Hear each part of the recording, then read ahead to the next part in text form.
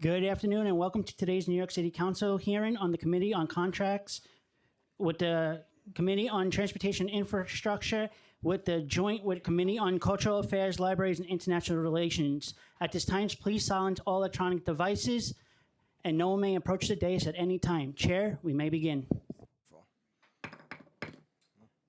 Try that again. There we go. Good afternoon. We are finally beginning. Commissioner Ochoa has already made a joke that DDC isn't the only place that suffers from delays. The council does too. We're happy to finally beginning. My name is Lincoln Ressler. I have the privilege of chairing the Contracts Committee. My good friend, Majority Leader Sean Abreu, is our co-chair as the Chair of Transportation Infrastructure. And my other good friend, Deputy Speaker Dr. Natasha Williams, the Chair of Cultural Affairs, Libraries, and International Relations, is the third co-chair of this hearing. Today's oversight hearing is on the delivery of capital projects in New York City. We're happy to be joined by DDC, DCLA, DOT, MOX, others. Unfortunately, the MTA isn't here today. They are the single worst agency at managing capital projects in New York State.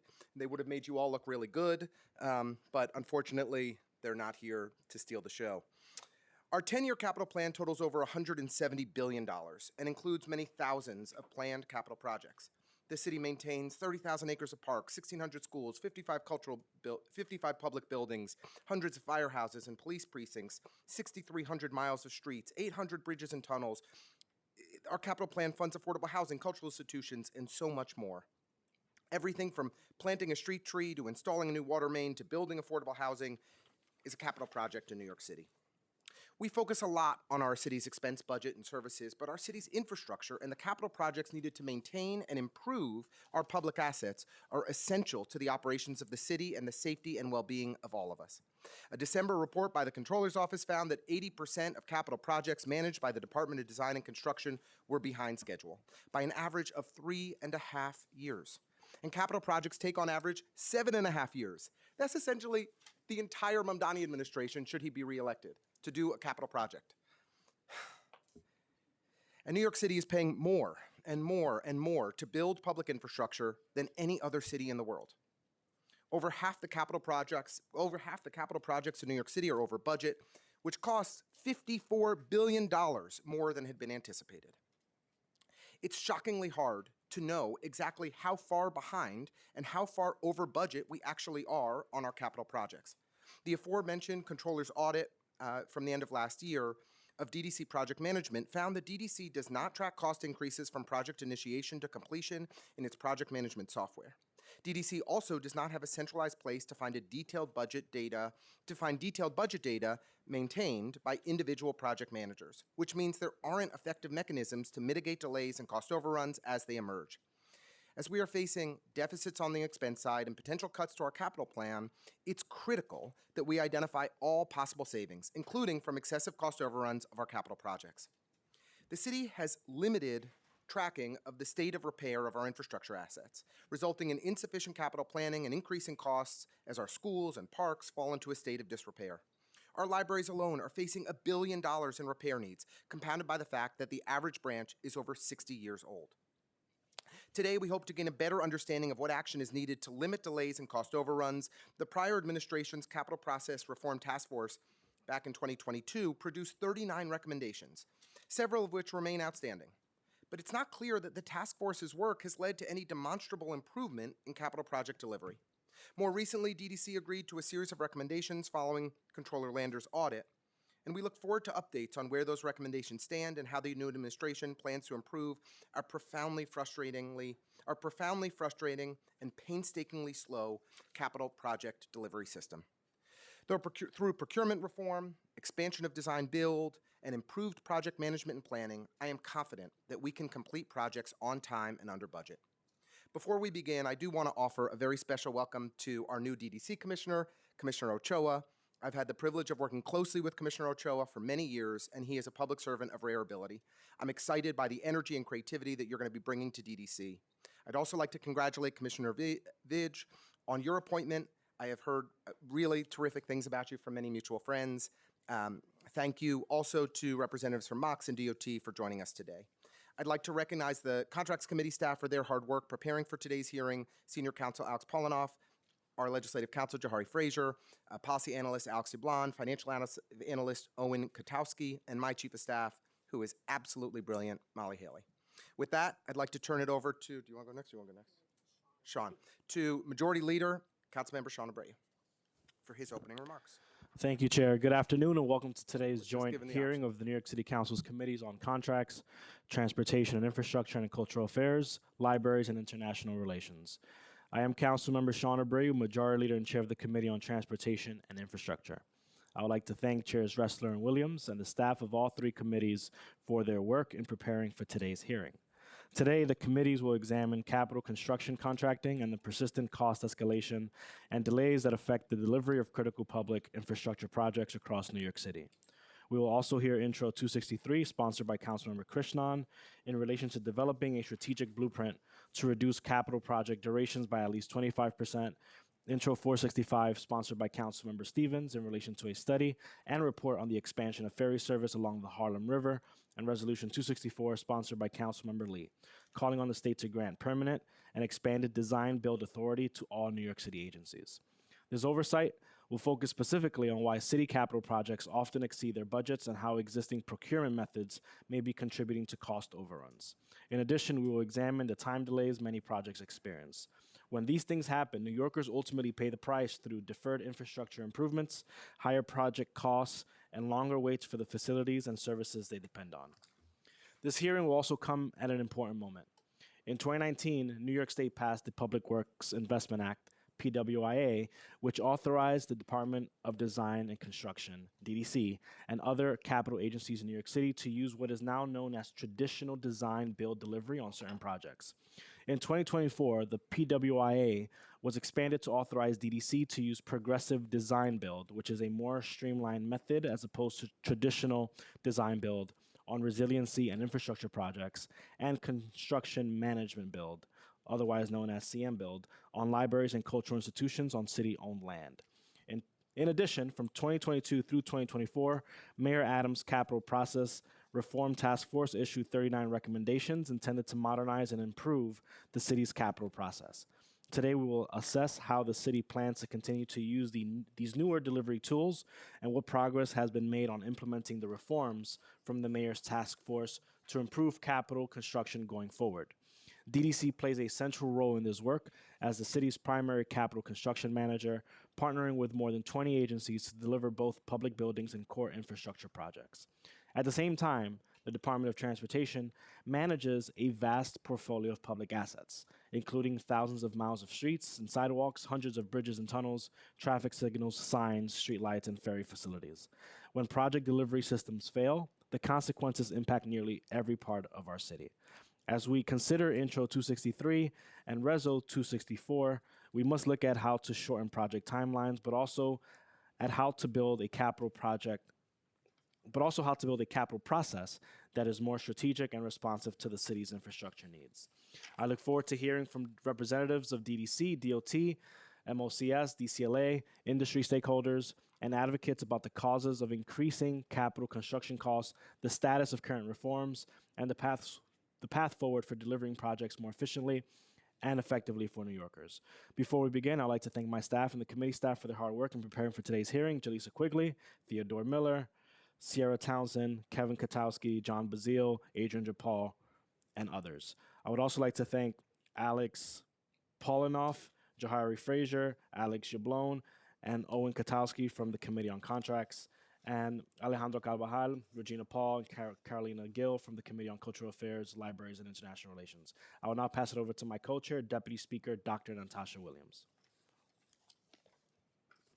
Thank you so much, Majority Leader. It is a pleasure to chair the Committee on Cultural Affairs, Libraries, and International Relations, and I'd like to join my colleagues, Chair Ressler and Chair Abreu, in welcoming everyone to this important oversight hearing. New York City's cultural institutions and libraries are the heartbeat of our city. Libraries, museums, theaters, galleries, art studios, and stages are the places where New Yorkers come to gather, learn, laugh, create, and build community and belong. The cultural sector is also a powerful economic engine that attracts millions of visitors to our city employs more than 326,000 New Yorkers, and serves as a critical magnet for talent that employers in every industry benefit from. Libraries, which are often called the most democratic spaces in our city, serve as a supportive and inviting environment that all New Yorkers benefit from, whether they are youngsters, teenagers, new parents, or older adults, and whether they are longtime New Yorkers or newly arrived migrants. Yet, the process to build and maintain our critical libraries and cultural spaces is too often slow, opaque, cumbersome, and inequitable. Projects that should take months can take years. Projects that should take a year or two can last a decade. Projects that have secured funding can sit idle while they wind their way through a lengthy and uncoordinated approval process. Small organizations can be forced to front money that they don't have. Large organizations can be forced to carry interest costs on borrowed funds that divert resources away from their programming and hurt their credit. The result is a system that too often fails badly to serve the institutions that serve our city so well. We know that the process is broken, and now we must do what we can to fix it. First, the capital construction process needs to be reformed. The city must bring clarity and accountability to a fragmented process by publishing clear rules for how projects are assigned, align agency approval so they move in parallel instead of in drawn out sequence, and expand the use of modern delivery methods like CM, build to shorten delivery timelines and lower costs. We must treat reimbursement and procurement delays as policy failures, and we must provide bridge financing, faster payments and deliveries, and significantly expanded upfront support. Second, the city must be transparent and accountable in how it plans and executes cultural and library capital projects. DCLA's Cultural Capital Projects Tracker, which has not been updated since 2021, must be updated in real time, and it must track every project from funding to scope to budget to timelines to, yes, even delays. Libraries and cultural institutions deserve to understand how capital projects around the city are proceeding, and the public deserves to know how its funds are being spent. Third, the city must be thoughtful and proactive in how it is deploying capital funds citywide. DCLA must establish and publish a rolling 5-year capital plan that ensures that libraries and cultural institutions are being built, upgraded, and maintained in a way that is efficient, equitable, geographically distributed, and responsive to the city's cultural needs. This is not just about construction or contracting or procurement. It is about equity, access, and the future for cultural life in New York. When a library renovation is delayed, a community loses access to a vital resource. When a cultural organization can't afford to navigate a Byzantine construction or procurement process, entire neighborhoods are left behind. We have the opportunity and the responsibility to build a capital system that works for everyone. The question is not whether we can reform it, the question is whether we will reform it. I'd like to thank Priyanka, Shaki, Alejandro, Regina, and Carolina for all their support in this hearing. I look forward to hearing the administration's testimony, as well as testimony from our libraries and our cultural institutions, as well as the public about these important issues. And with that, I will turn it back to Chair Ressler. Thank you so much, Deputy Speaker. A couple things. One, I'd like to just acknowledge my many great colleagues who are here with us today who have been here already. Councilmember Phil Wong of Queens, Councilmember Virginia Maloney of Manhattan, Councilmember Jim Gennaro of Queens, Councilmember Ina Vernikoff of Brooklyn, Councilmember Justin Sanchez of the Bronx, Councilmember Gail Brewer of Manhattan, Councilmember Sylvina Brooks Powers of Queens, Councilmember Chi Osei of Brooklyn, Councilmember Pierina Sanchez of the Bronx, Councilmember Farah Lewis of Brooklyn, Councilmember Althea Stevens, Councilmember Shahana Hanif of the Bronx. I'm sorry, Althea, I know, Councilmember Althea Stevens of the Bronx, Councilmember Sandra Ung of Queens, Councilmember Shahana Hanif of Brooklyn. If I missed you, if I missed anybody else, you have my apologies.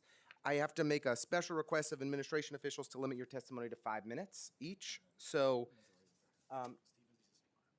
and would Councilmember Stevens like to speak on her bill for a moment? Okay, and then we'll go to testimony from the administration. Thank you very much, Councilmember Stevens.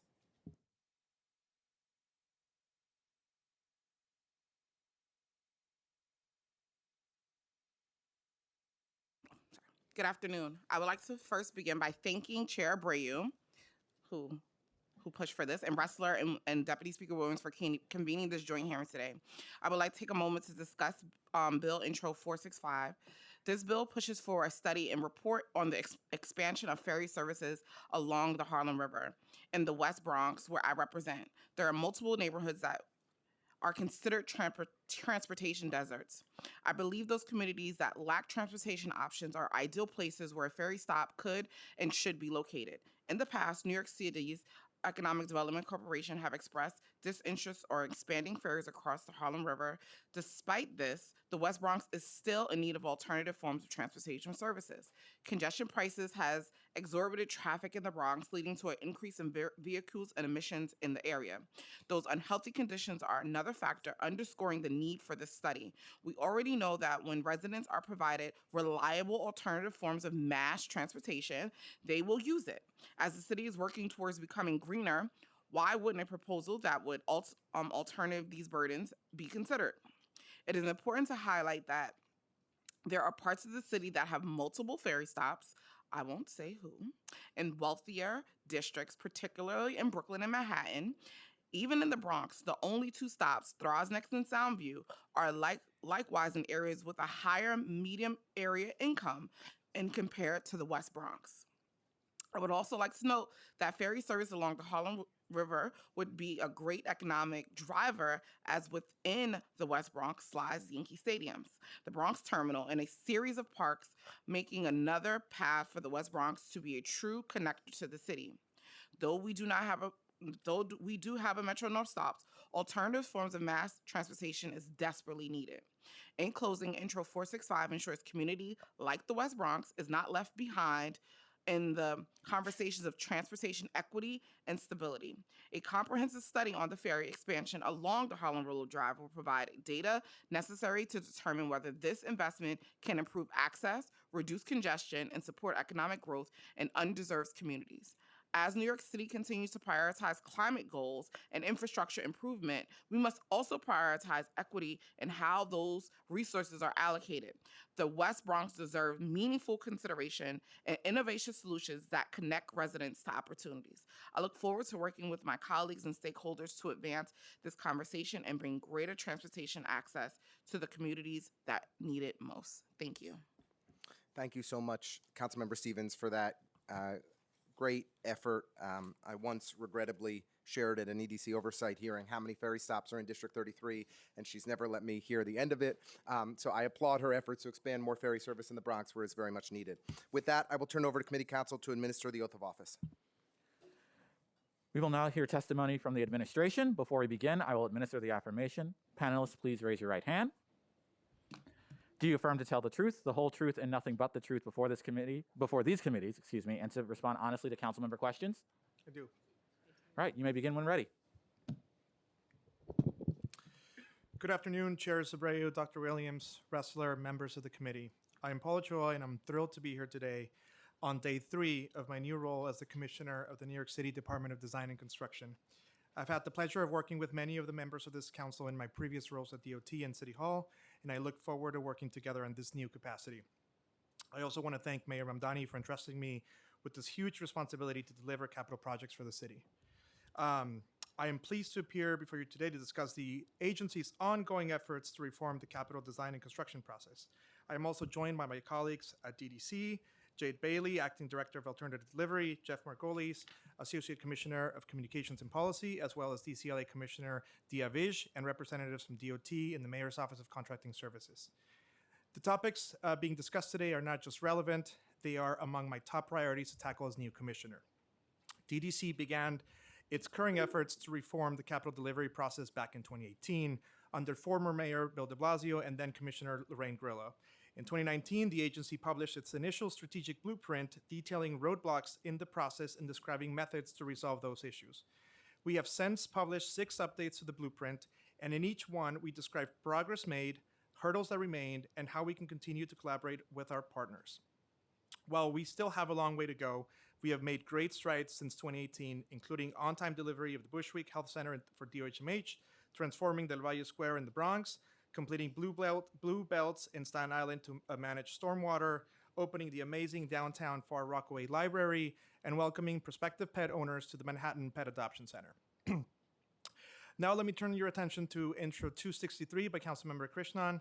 The bill requires DDC to produce a plan to reduce average project durations by at least 25%, including by standardizing processes and working towards better private utility coordination. As I mentioned before, faster delivery timelines are one of our most important priorities, and Mayor Mamdani and Deputy Mayor Kurson have made it clear they share this goal. I would like to work with the council to come up with an ambitious plan to do just this. There are, however, a few items I'd like to discuss about how the bill is written. For example, I'd like to agree on what a good baseline should be for the wide variety of projects DDC manages. A one-size-fits-all approach would be an oversimplification of DDC's portfolio. I'm glad Intro 263 also calls out the need for better coordination with utilities, which I agree can be improved to avoid delays. One program that enhances this effort is joint bidding, which is governed by state law and allows the city to include private utility interference work in the same contract as the city's sewer, water main, and street upgrades. The program brings the private utilities to the table during the design phase of a capital project, encouraging collaboration and pre-engineering to help identify their underground lines so we can avoid delays when we open up the streets. The current joint bidding law expires at the end of this year, and we would appreciate the council's support as we seek a long-term extension for this critical measure. There is another factor I'd like to bring up, and I did this quite often at DOT, which are the often necessary scope changes. Capital projects shape our streets, improve our sewers, and create long-lasting community epicenters in libraries and rec centers. It is normal for agencies to want to add scope to projects since they only get one bite at the apple. I do not consider the consequences of these decisions cost overruns or delays in the traditional sense. We do also recognize that internal challenges at DDC remain, and we were always looking to learn from experience, all while tackling the ever-growing portfolio to deliver results for New Yorkers. This, of course, includes providing additional trainings for staff, regular updates to design specifications and contracts, new project risk management initiatives, and, of course, industry engagement. There are always more work to be done. I'd like to take a second to talk about alternative delivery. In DDC's past blueprints, we have always had a combination of suggested reforms to the current system and larger outside-the-box thinking ideas. One of the most important one of those efforts is alternative delivery projects, which is the use of different contracting models outside of the state-mandated lowest bidder system. Getting permission in Albany to use these alternative delivery methods has been a game changer, and we appreciate the council's support in giving us all the tools available to deliver faster. I am pleased to report that we have reached a tremendous milestone in our design-build portfolio. Just earlier this year, we opened the Cheerleadism Rec Center in East Flatbush. It was completed in just under 3 years, which is about half the time needed for a similar public buildings project using design bid build. The $141 million project was on time and also on budget. It is a stunning example of what we can collectively achieve for our city.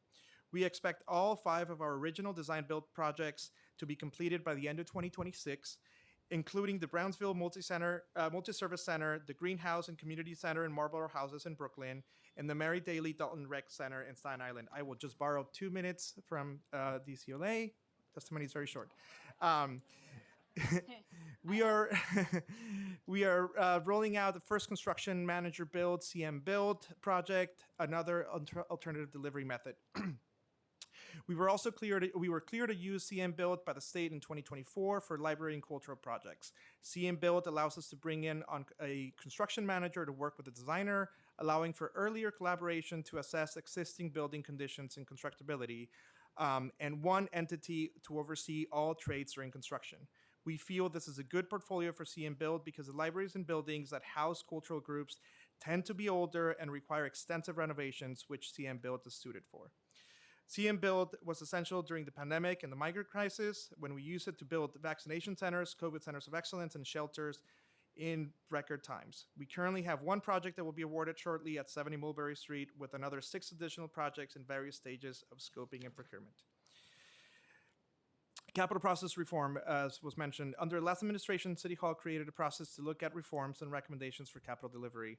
It included members of the Comptroller's Office, industry partners, agencies, and contractors. As Executive Deputy Commissioner at DOT, I was their lead on the Capital Reform Task Force.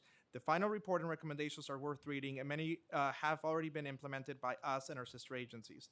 Some of our biggest successes include expanded work allowance. I'm going to skip the definition, advanced capital planning, and a lot of legislative successes in Albany. Again, we look forward to continuous dialogue on how to best improve other capital delivery process. And thank you again for this opportunity to testify, and I welcome any questions you may have. And thank you, Commissioner, for letting me borrowing some of your time. Thank you, Commissioner Ochoa. Oh, and just before you begin, Commissioner, I'd like to thank Councilmember Shaker Krishnan of Queens, Councilmember Crystal Hudson of Brooklyn, and Councilmember Chris Marte on Zoom for joining us. Thank you. Good afternoon, Deputy Speaker Dr. Williams, Chair Abreu, and Chair Ressler, and members of the committees. I'm Dia Vidge, Commissioner of the New York City Department of Cultural Affairs. Later, I'll be joined by DCLA's Assistant Commissioner of Capital, Andrew Burmeister. Thank you for the opportunity to testify today. Over the past month, my first as Commissioner, I've learned an incredible amount about the complex process of cultural capital construction. I also come to this position as a cultural worker who experienced firsthand being part of a team that opened a major museum capital expansion project managed by DDC. Through ongoing discussions with cultural organizations, the expert team at DCLA, and the Deputy Speaker, it's been made clear that while the city's capital investments in cultural organizations are essential to keeping our sector thriving, there are definite challenges in this process that we are committed to addressing. Both Commissioner Ochoa and I recently began our positions under the mandate from Mayor Mamdani to address the affordability crisis and ultimately to make government work better for New Yorkers. No other city in America invests in its cultural infrastructure at this scale. In New York City, over the last 25 years, more than 500 cultural capital projects valued at $2.5 billion have been completed.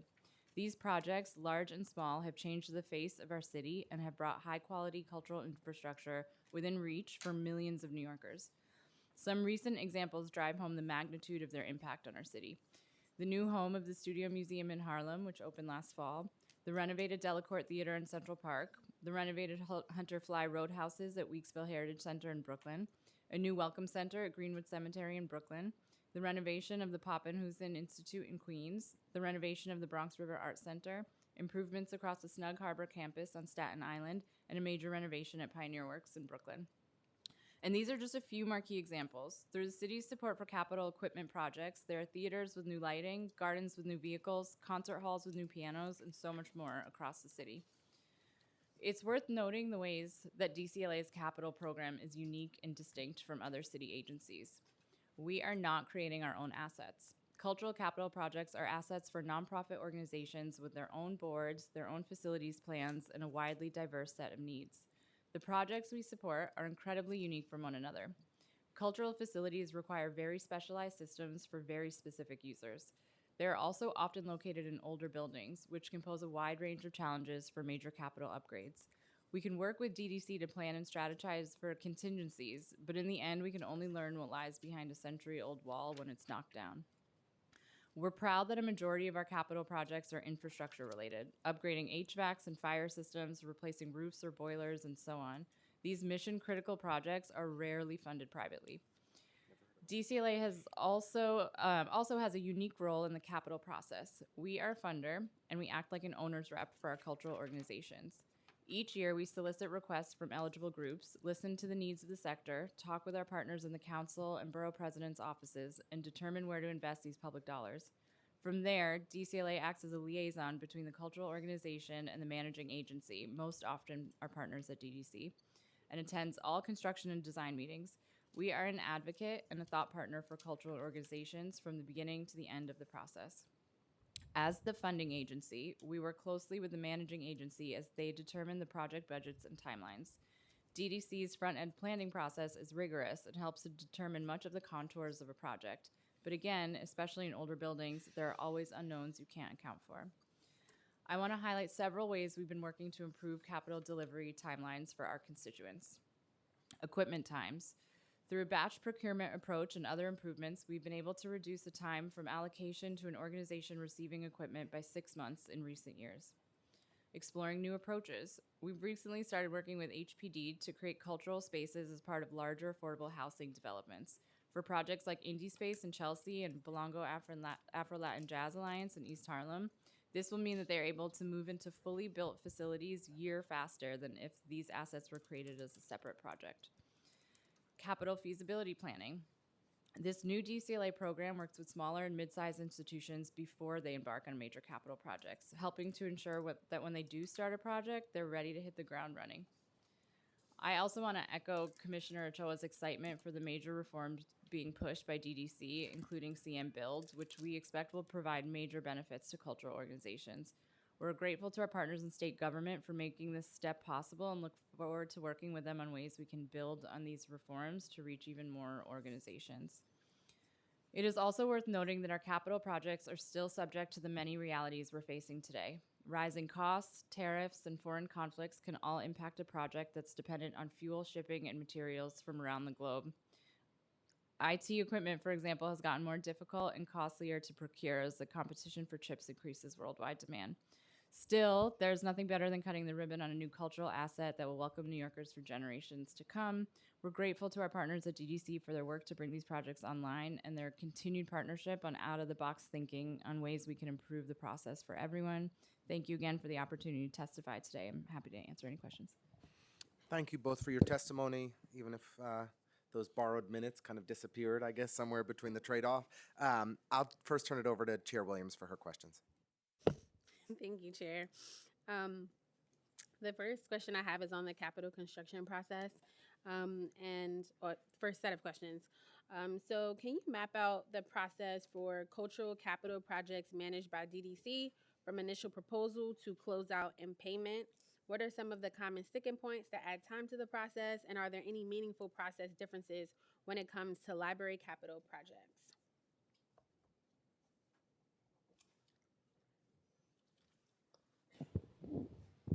Thank you, Chair. I'm happy to take it from DDC front, and then if DCLA has anything to offer, please jump in. So the way it works, and this is the way we take in any capital project for any sponsor agency, we receive what is called the capital initiation package, which essentially includes the scope, the requirements, the expectations of the projects from the sponsor agency. DDC then takes it into a front-end planning team, which does rigorous review of the capital project initiation package, and we look at estimated timelines, scope, feasibility, and this is really the back and forth that Commissioner Vidge was mentioning, where we hammer out the details so that once we put it out for bid, for design or preliminary design, depending on the delivery project, we are well ahead of time in terms of planning. And so once we get the CPI, we put it out to the market, we determine the type of delivery that we use. We always look at using alternative delivery methods for these types of projects. And then from there, we go through the entire design process, construction process, and finally close out.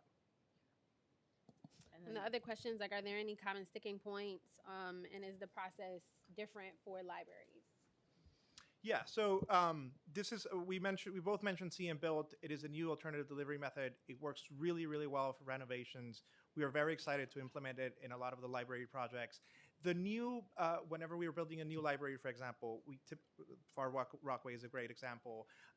The challenges are a little different. A brand new building, we know sort of what is there, what is not there. And so we haven't run into huge issues whenever there's new buildings. For renovations, it can be complicated. I would also mention a lot of these spaces require at least some portion of the cultural institution to remain open during renovations, which just makes the actual work being done a bit more complicated. Thank you. For DCLA, can you give the committee a feel for the volume of capital requests that come to DCLA each year? For example, how many requests are for state of good repair, energy upgrades, modernization, or expansion? And how does the dollar amount of requests compare to the dollar amount of projects funded? Yeah, happy to share. So we just received all capital requests for FY27, and there are approximately 139 projects from 112 organizations, totaling just over $683 million. Within that, there are 71 requests for construction, 21 related to good repair, 12 for energy projects, 38 for expansion projects. In FY26, just to give you a sense of what's funded, we received requests for 123 projects from 108 orgs, just over $671 million, and the city funded $282 million. In FY25, the request totaled $213.8 million, The request totaled 585 million, and the city funded 213.8 million. So it ranges between like 35 to 40% of projects funded. Yeah, we noticed that like while there are many projects being funded, the dollar amount was low compared to like the total cost of what was requested. Okay, thank you. So how does DDC coordinate with DCLA and provide timeline updates to the agency? How does DDC account for the unique challenges that cultural organizations present, such as limited ability to close, the need to plan around performance seasons, or the need to make improvements to stay modern and viable? A lot to echo there. So, listen, both of the teams are in constant coordination, and that includes both DCLA staff, as the commissioner mentioned, but also the individual cultural institutions who are also the sponsors of this project.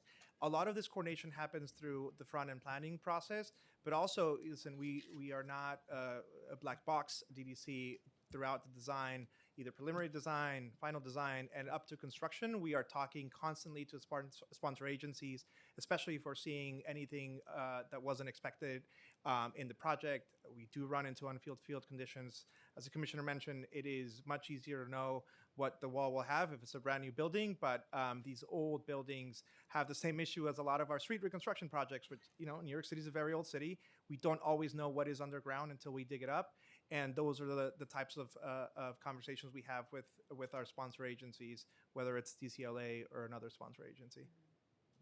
Can I just add also that DCLA, our specific role in these conversations is as advocate of cultural organizations, and we're acutely aware of how they do business and the need for them to stay open as long as possible without jeopardizing their future programming. So our role in these meetings is really to understand the nuances of how cultural organizations do business and make sure that the process aligns. Thank you. What are the most common coordination failures you see between agencies, contractors, or scopes, and how does this impact timeline? You know, my answer would have been very different a week ago when I was at DOT than it is at DDC.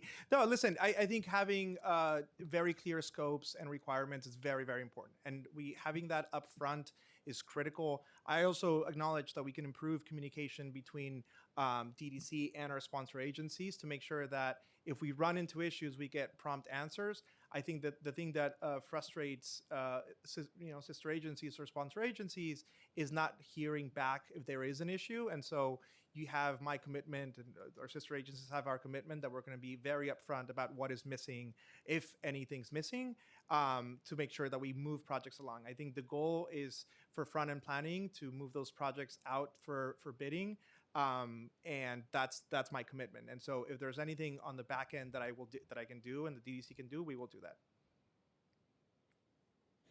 Yeah, I'm also very interested in how DCLA determines the priority of projects.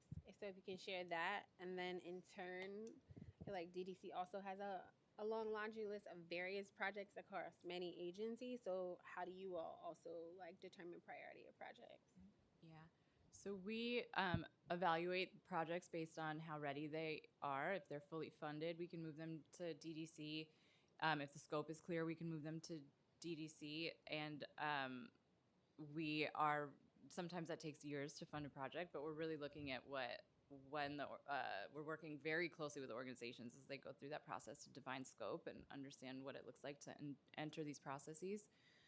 So priority for us is really, can the organization, do they have the capacity? Are they ready to hit go on this project? And how then will they best manage it moving forward? Yeah, and for DDC, listen, prioritization is important. However, we have dozens of very, very experienced engineers and project managers. Anytime we receive a CPI, which is the capital initiation package, again, it goes through front-end planning and it gets assigned to a project manager. We take on multiple projects at a time from multiple sponsor agencies. And so I'm not aware of any queue issues or having to prioritize based on staffing challenges. We take multiple projects at any given time from multiple sponsor agencies. What causes a cultural or library project to require design? For example, a new boiler. Why would that need a full design and architectural renderings? You know, it is hard to know, and especially in old buildings, exactly where the conduit's going to be, where the cabling is going to be. And so all these projects, even if they seem minor, do require some form of design. We mentioned CM Build. I think that will make a lot of the delivery much faster because you have a construction manager up front who knows how to carry on these types of tasks, especially for renovation. So I'm happy to report back as soon as we deliver our first CM Build project, but that's exactly what it's meant. So we have a construction manager up front in the building working with the trades so that we can speed up the process. Yeah, and I agree with you. You said some design is needed, but currently they have to do like full designs with architects. And so, like, yeah, like maybe there needs to be some planning, but like a full design and an architect for a boiler. Yeah, this is why the alternative delivery method is so important. If it wasn't for the alternative delivery authorization that we got in Albany, we are required by the charter to have full designs for any capital project. I would also say, as part of the CP process, which is the certificate to proceed process approvals, you do need a good sense of what the project will be. And so I agree with you, council member. And listen, we'd be happy to walk you through CM Build. We have one project underway, but I think it's a really important conversation. So not just for you as a council member, but also for the cultural institutions to know what is required of them so that we can move projects faster. What are the guidelines for self-management versus going through a capital agency for cultural projects? What rubric does DCLA use to decide? And how is it decided whether DDC or EDC will manage the process? Thank you for that question. I'm joined now by Assistant Commissioner of Capital, Andrew Burmeister. Hi. Self-management is a process we take pretty seriously. It's, I think, one of the highlights in our capital program. However, managing a project, for an organization to manage a project individually, that organization remains responsible for compliance with all of the laws and policies that a DDC managed project would have to comply with, including prevailing wage, vendor integrity, payroll reporting, various local laws, things like that. So it's a tremendous burden to put on an organization. We do evaluate organizations when we decide whether they'd be appropriate for self-management. We look at whether they have a successful execution of their mission. We look at the engagement of their boards. We look at the effective leadership and like low turnover of administration and staff. Self-managed projects require a significant private contribution, typically 50%. So we look for organizations that are able to privately fundraise. We look for organizations that have the capacity to fully finance the project, cover cost overruns, lay out funds in advance, and await reimbursement. And we look for organizations that have a capital campaign plan with realistic goals. And the DDC versus EDC, how do you all determine which projects go to which agency? We actually don't make that determination. Our default is our partner at the Department of Design and Construction. Occasionally we partner with EDC. That is at their discretion. So when do you decide to partner with EDC versus DDC? Is it DDC that's sending a project? We will propose projects to EDC, and if they choose to take them on, they will take them on. Okay. Is it possible to create guidelines for a cultural project to be self-managed? Absolutely. We're always available when we talk to organizations about self-management. We talk to them about what those responsibilities are, and we're always available to help them get past that threshold of capacity in order to self-manage projects. But can you like create like a document, like a how you just went through like the rubric? Like, can you create a document like that for cultural institutions to have? We'll certainly look into that. I think what we find is that the biggest obstacle is the private fundraising. Okay. The front end planning process doesn't seem to be working. Has the city considered any new approaches to avoid delays and cost escalation?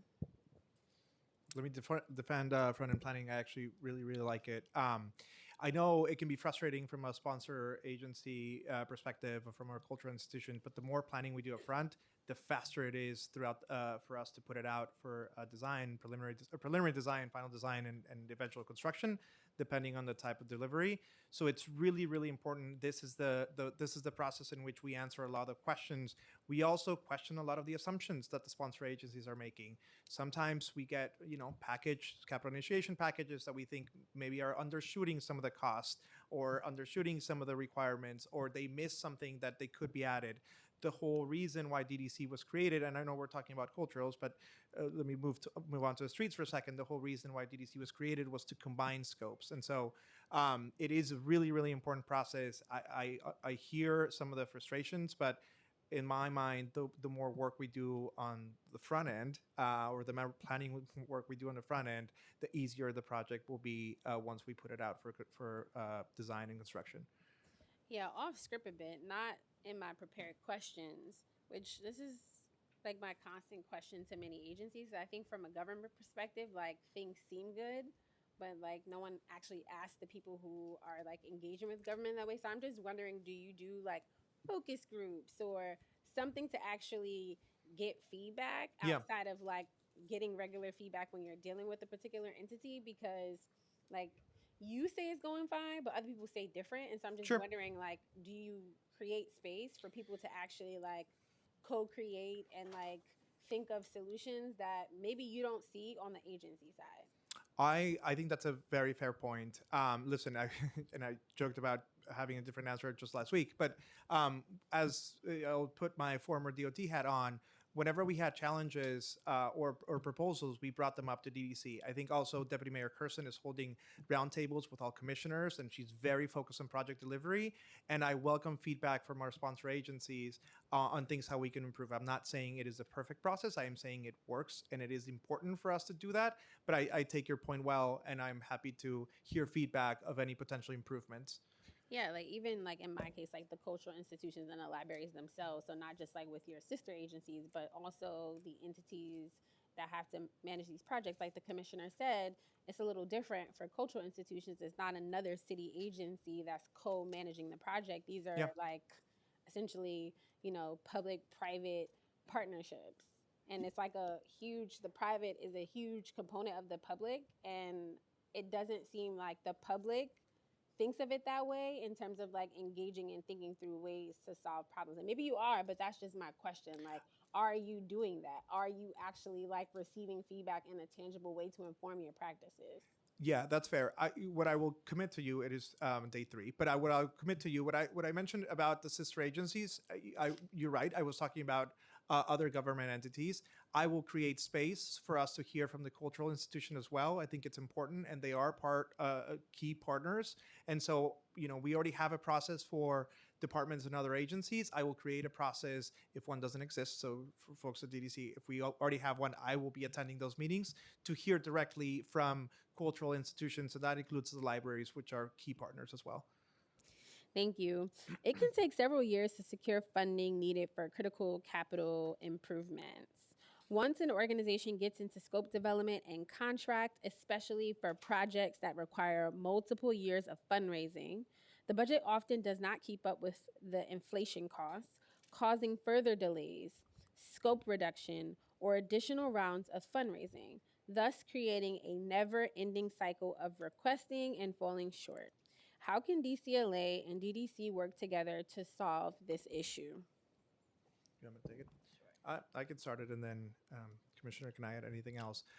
Listen, when I mentioned about doing more work up front, a lot of these CPIs or capital initiation packages come with an estimate of what the project will be, and we also at DDC come up with an estimate. Sometimes there's a discrepancy between what we think it'll cost and what the sponsor agency will cost, but then the ultimate decider is what the market decides. And so once we put it out for bid, that is the ultimate price.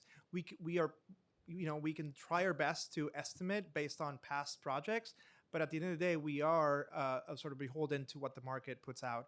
There are escalators in every contract for things like tariffs and cost increases.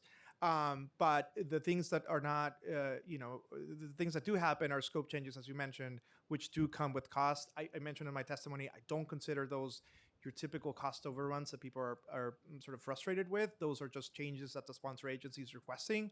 And I think it's important for us to provide space for that. Would it be better if we limited them or have them up front? Yes, but it does happen. And I'm not going to fault the sister agency for wanting to add something else. Yeah, I think specifically for the cultural institutions, it's very frustrating because the whole purpose of like leveraging some of these DCLA capital dollars is to use it almost as like a fundraising tool to get money from the private sector. And so I was hoping that you would say that you would continue to work to expedite the process, because a part of the problem is that when these institutions go to request money and or they start the process, because of the many delays that are well documented, that is what creates sort of a compiling issue around funding. So, I mean, I thought you would, and to me, like, Yeah. even thinking of, like you all mentioned in your testimony, this idea of affordability, well, like, when government is slow and archaic and bureaucratic, it actually makes these projects less and less affordable because the costs are so high. So, which to me goes back to self-management. Most of the institutions, if they can manage their own project, they do it faster and cheaper. I don't understand why, like, I mean, I do understand its laws, et cetera, you explained it, but I'm hoping that we can continue to, like, do our best to expedite projects so they do not Sure. rise in cost. Listen, I would welcome, and if you want to host a roundtable, I'm happy to join. I think what I was talking about, the cost, and maybe it's a different way of looking at cost, is the expectation from a cultural institution that an upgrade will cost X. Once we get it at DDC, we think it'll cost X times 1.3, and that could be considered. I think if I were a cultural institution, I would see that as a cost overrun or as higher than anticipated. But that is just based on our experience, and we are very experienced at delivering projects, and we're very attuned with what the market rates are. That is the cost. And so I think that's the distinction I was trying to make. But I think you're right. I think more communication is important. And if you want to host a roundtable, I'm happy to attend and bring in some of our folks from both the front-end planning and project managers to share best practices of what we've seen works, what doesn't. I would also echo some our folks from DCLA mentioned, it is a lot of work to self-manage. And I want to make sure that is the point is made across. There's a lot of requirements. It's a lot of environmental work, DOB approvals, other agency approvals, sometimes DC, sometimes LPC. And so it's something that we are good at. It's something, this is why we are the project delivery agency. But I think we're happy to have those conversations, but we would just want to make sure that if cultural institutions are undertaking that, they know well and upfront what they're getting into. Yeah, I'm happy that you also mentioned LPC, because many cultural institutions are landmarks, which present other challenges and complexities. Okay, I'm going to ask one more question for now, because there's so many people I'm sure that have a ton of questions for you. For the 39 cultural institutions that are CIGs and other arts organizations housed in city-owned property, how does DCLA or the city in general assess the condition of the buildings, systems, and capital equipment? Yes, we have annual Ames reporting, and every 3 years there are full inspections of the facilities. And that is delivered to the institutions. I think that can be used. It's not currently, but it can be used as a planning document. And there are many opportunities for us to come together with leadership of CIGs to sit down and go through those and figure out what capital planning might look like for them together. Thank you. And I will definitely be taking you up on your offer to host a roundtable. Thank you so much, Chair Williams. We'll pass it to Chair Abreu, followed by Councilmember Sanchez. Thank you, Chair Ressler. Commissioner Shoa, congratulations on being appointed as Commissioner of DDC. Really exciting. I know you have just started, so I appreciate you joining us today and look forward to working with you to ensure that DDC builds better, faster, and cheaper in the years ahead. I know that in your previous role at DOT, you became very familiar with many of the issues regarding capital project delivery in New York City. and work closely with DDC on DOT's street reconstruction projects. Through your work with DDC on street reconstruction projects, do you identify any issues or challenges with the capital delivery process that you're planning to address in your new role at DDC? First of all, thank you, Chair, and I'm very excited to take on this role, and I appreciate the kind words.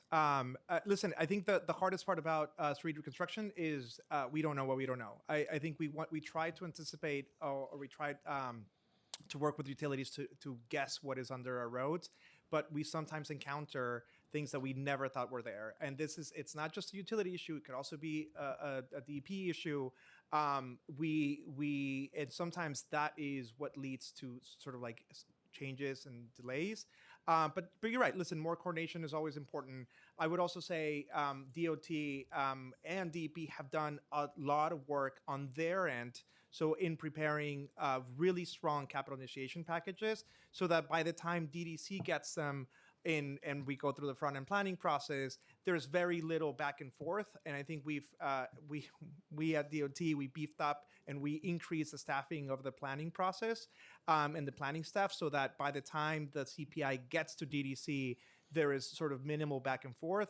DEP has done the same, and I really, really appreciate that that work now at DDC, because it's much easier to combine scopes from two CPIs and two packages that are well scoped, that are well estimated, and that have a lot of the requirements already in place for us to put them out for design and delivery. What role do you think alternative project delivery methods could or should play for DOT's street reconstruction projects?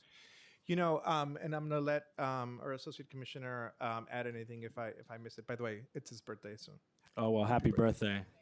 Commissioner Flynn should have shut up on your behalf, sir. No, thank you for coming. Happy birthday. Let's do a happy birthday chant, everybody. Happy birthday to you. Happy birthday to you. Happy birthday, dear Igor. Happy birthday to you. See, now I can't go that hard. The best present you could get is being invited to this hearing. So I think we haven't done enough design build projects of horizontal nature. We have a handful of DB projects of DOT scope. I think the challenges are very similar. It is something that I'm going to be working on as new DDC commissioner. I think we had done a really, really good job at vertical projects. I think we still have a bit more work to be done with DOT and with DEP to do more design build for horizontal projects. It's something that I've spoken with our Deputy Commissioner Tom Nguyen. He's very excited about it.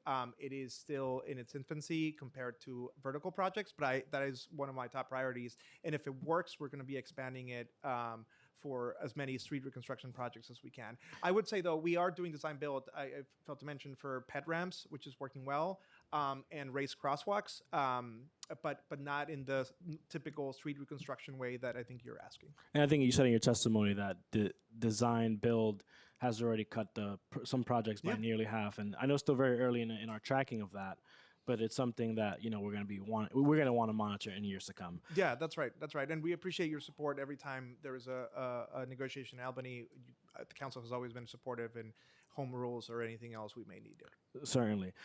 Ensuring that the city's capital projects are delivered on time and within budget is complicated, particularly when it comes to large-scale projects. While DDC has taken a number of steps in recent years to improve project oversight and construction management practices, time and cost overruns continue to be two of the defining challenges of the city's capital program.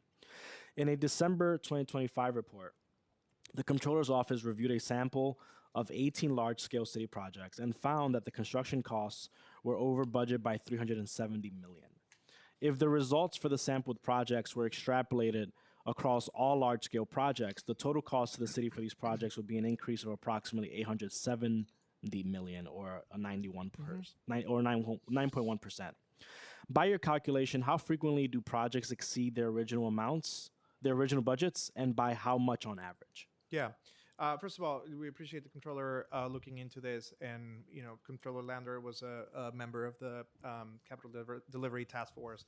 There is a lot of recommendations in the Comptroller's report that we agree with. The timelines we disagree. The way that the timelines were measured we don't agree. The timelines essentially were measured by before they started getting to DDC. Some of the budget overruns are scope changes, and so and I'd be happy to brief you on that. There's disagreements about how the data and of that report was put out. But there's a lot of other recommendations that we agree with, and we're already implementing for the controllers. What are those disagreements? So essentially, it's like, when does the project start is a disagreement.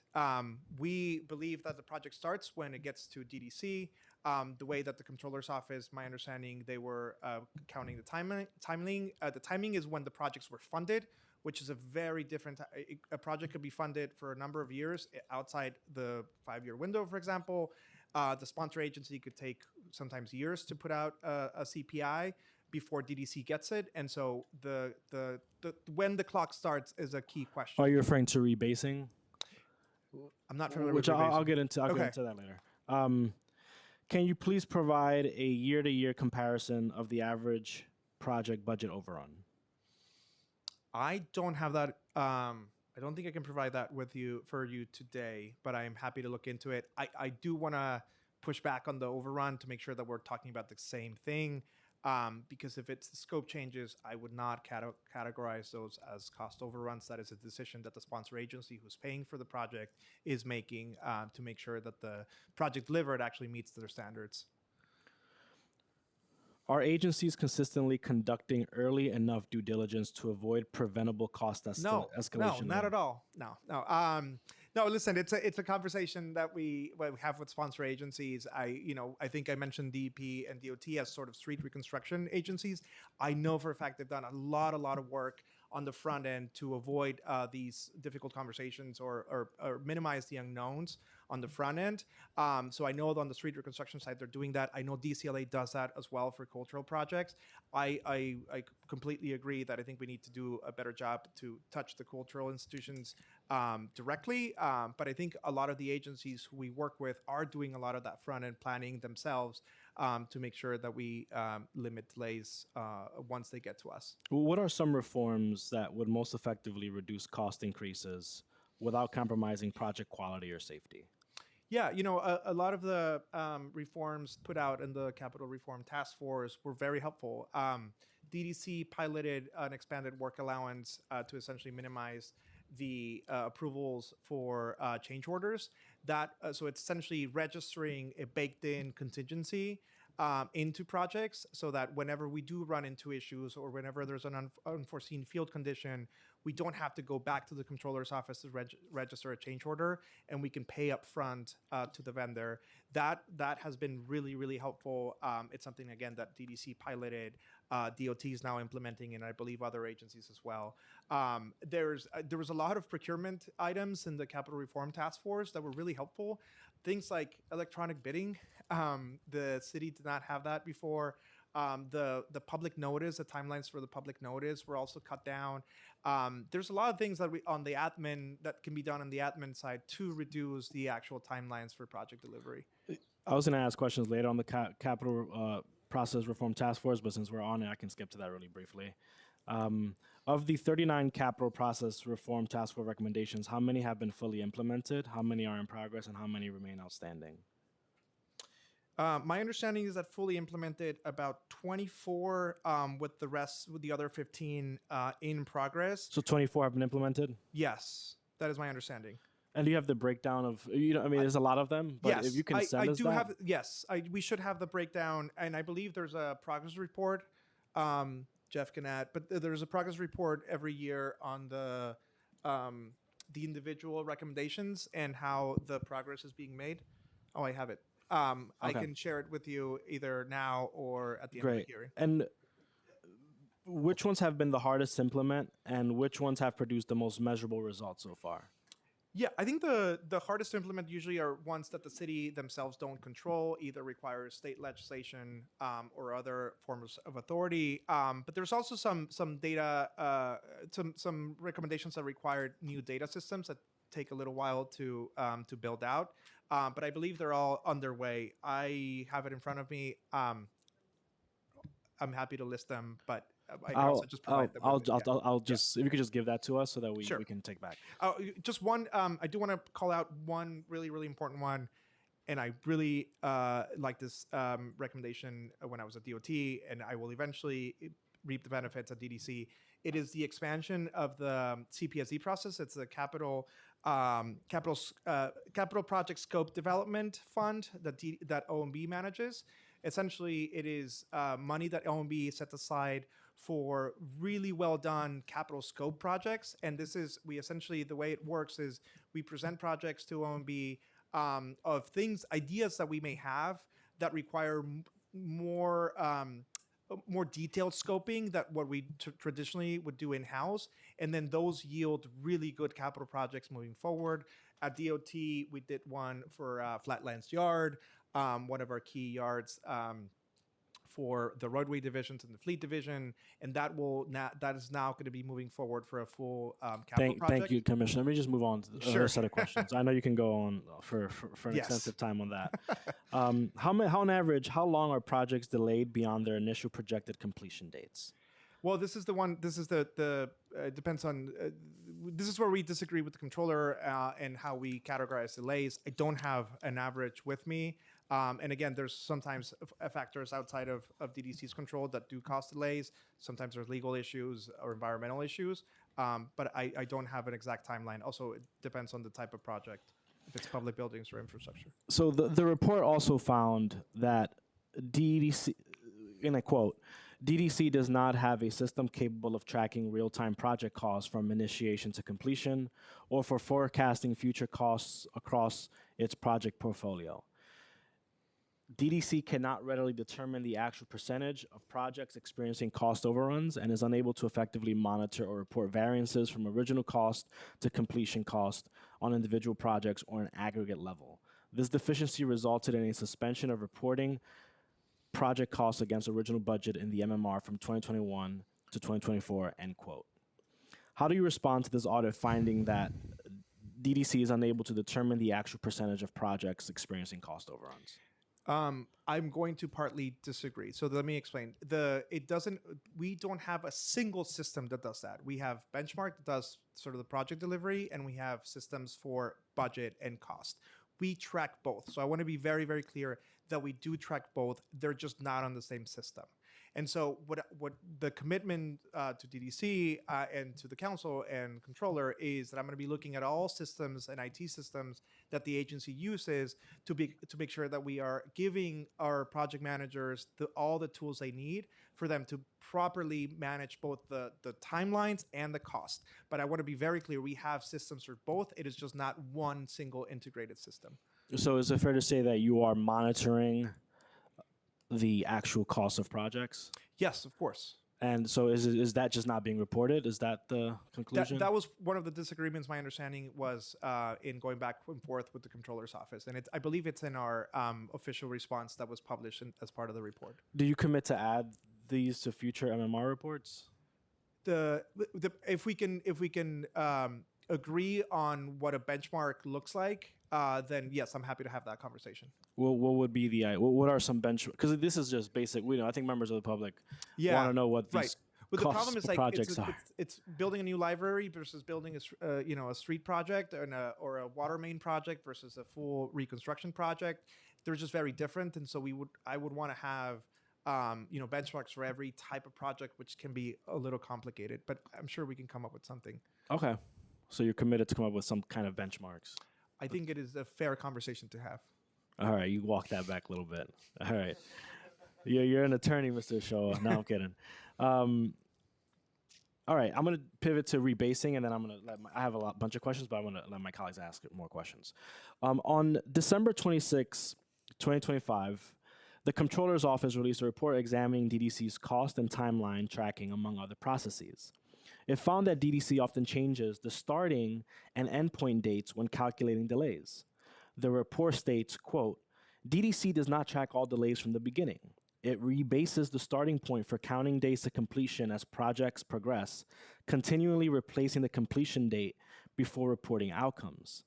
The reported figures are therefore distorted and total changes in time are obscured, end quote.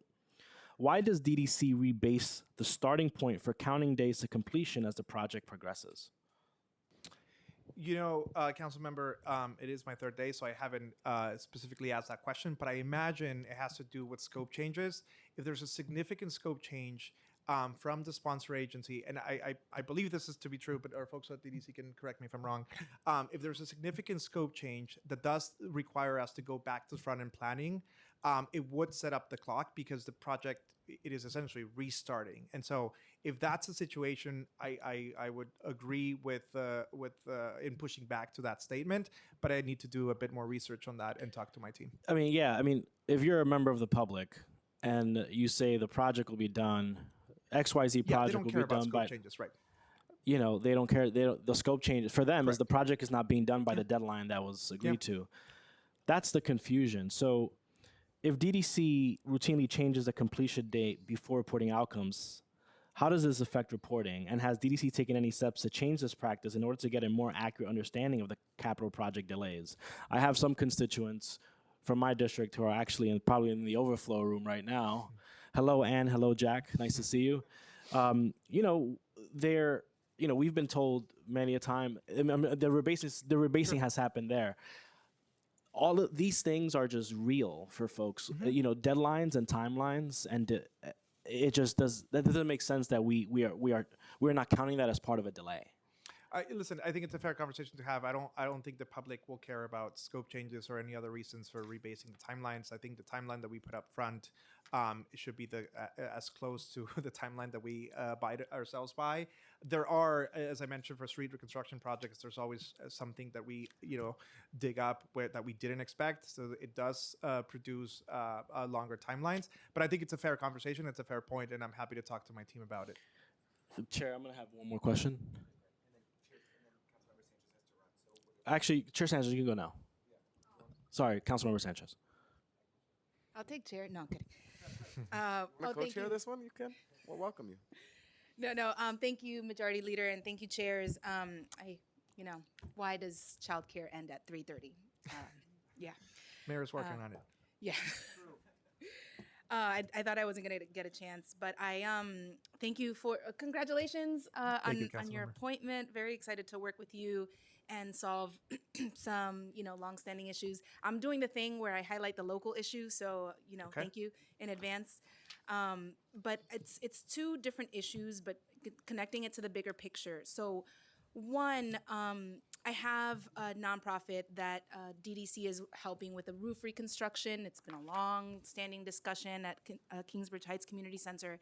And right now their concern is having to cease operations during the roof reconstruction and meeting DOE requirements. So the broad question is, how does DDC take into account these kind of impacts to the budget of a local organization or a cultural organization during the scoping planning process? First, and then second, I have Davidson Community Center, who was promised a second floor during the 2018 Jerome Avenue rezoning, so 8 years ago. And just a couple of weeks ago, we got an email from folks at DDC saying that there was a need for a wall strength test for the second floor that was revealed a couple of weeks ago. That is the promise. That was the promise 8 years ago, a second floor. How is this coming up now? So, one is the, taking into account programmatic impacts into the budgeting process for a project. And two is, how is it possible that concerns like this can come up for what is a central question for a project?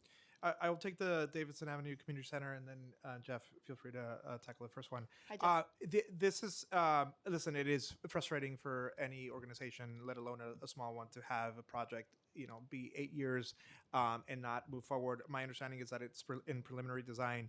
We cannot build the second floor unless we know that the building can stand a second floor, but that conversation should have happened a while ago. So let me look into it, council member.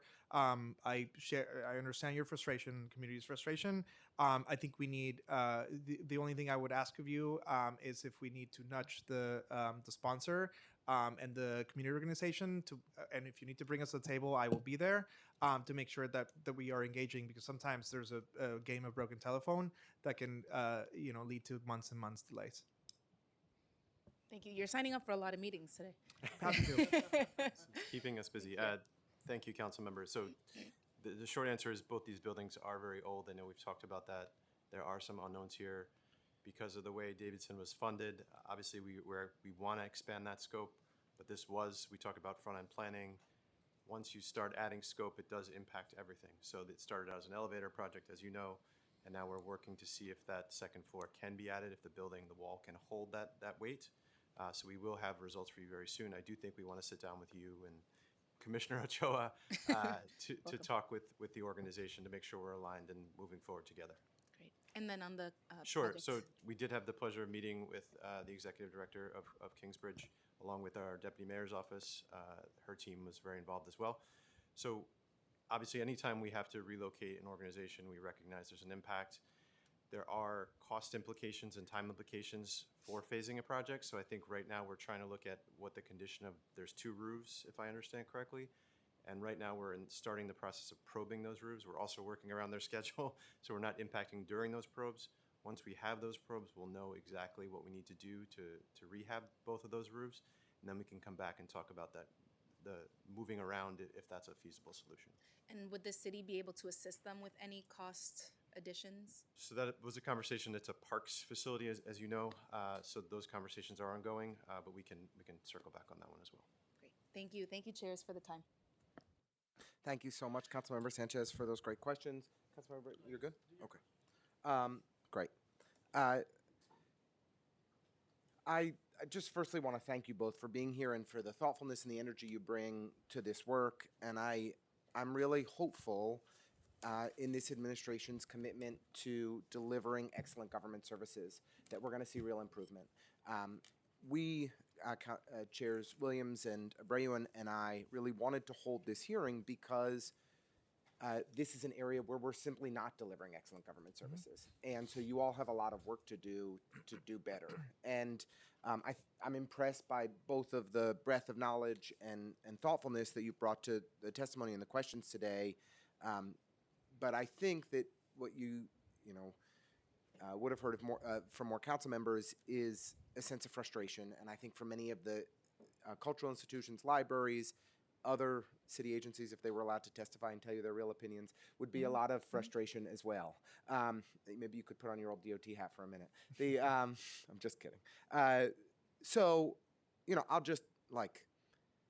give examples of things that just piss me off. Like, in 2019, the de Blasio administration funded a pedestrian expansion and safety project on Flatbush Avenue that was supposed to make it safer at 7 intersections. I think the best case scenario at this point is it's going to be completed in 2029. Probably it'll slip into term 2 of the mayor.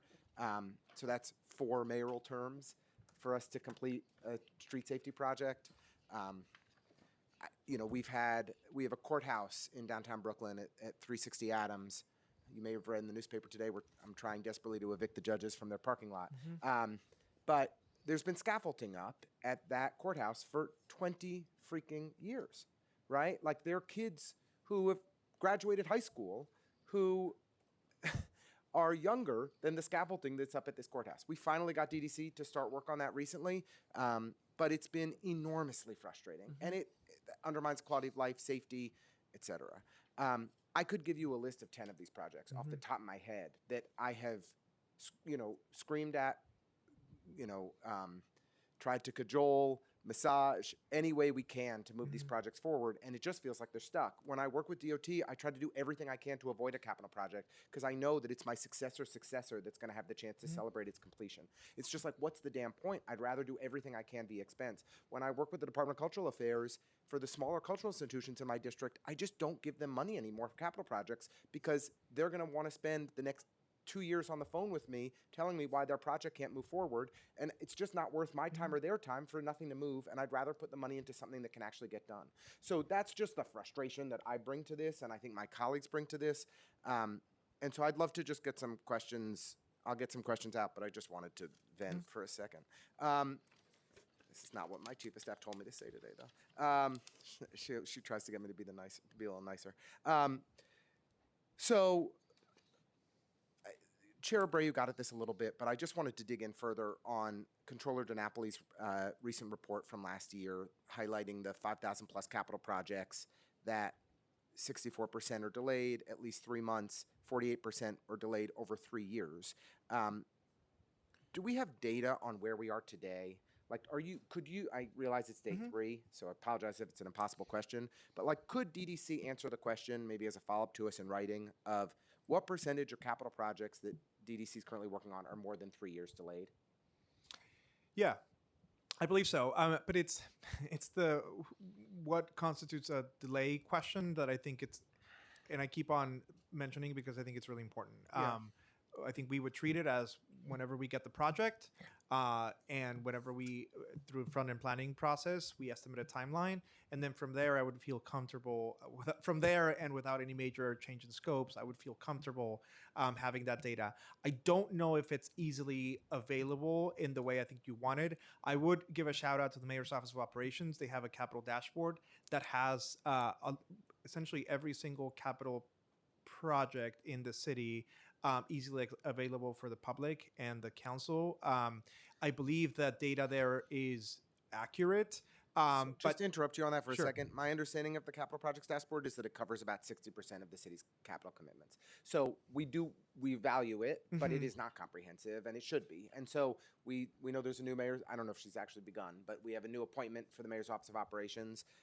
Credit to the team. It came from a local law, just to note. You worked on Yes, it when you were at CLA. I did. So thank you for helping to get that through. And thank you to our predecessors in the council for passing it. But I just want to note we have work to do to actually make Fair. it comprehensive. Yep.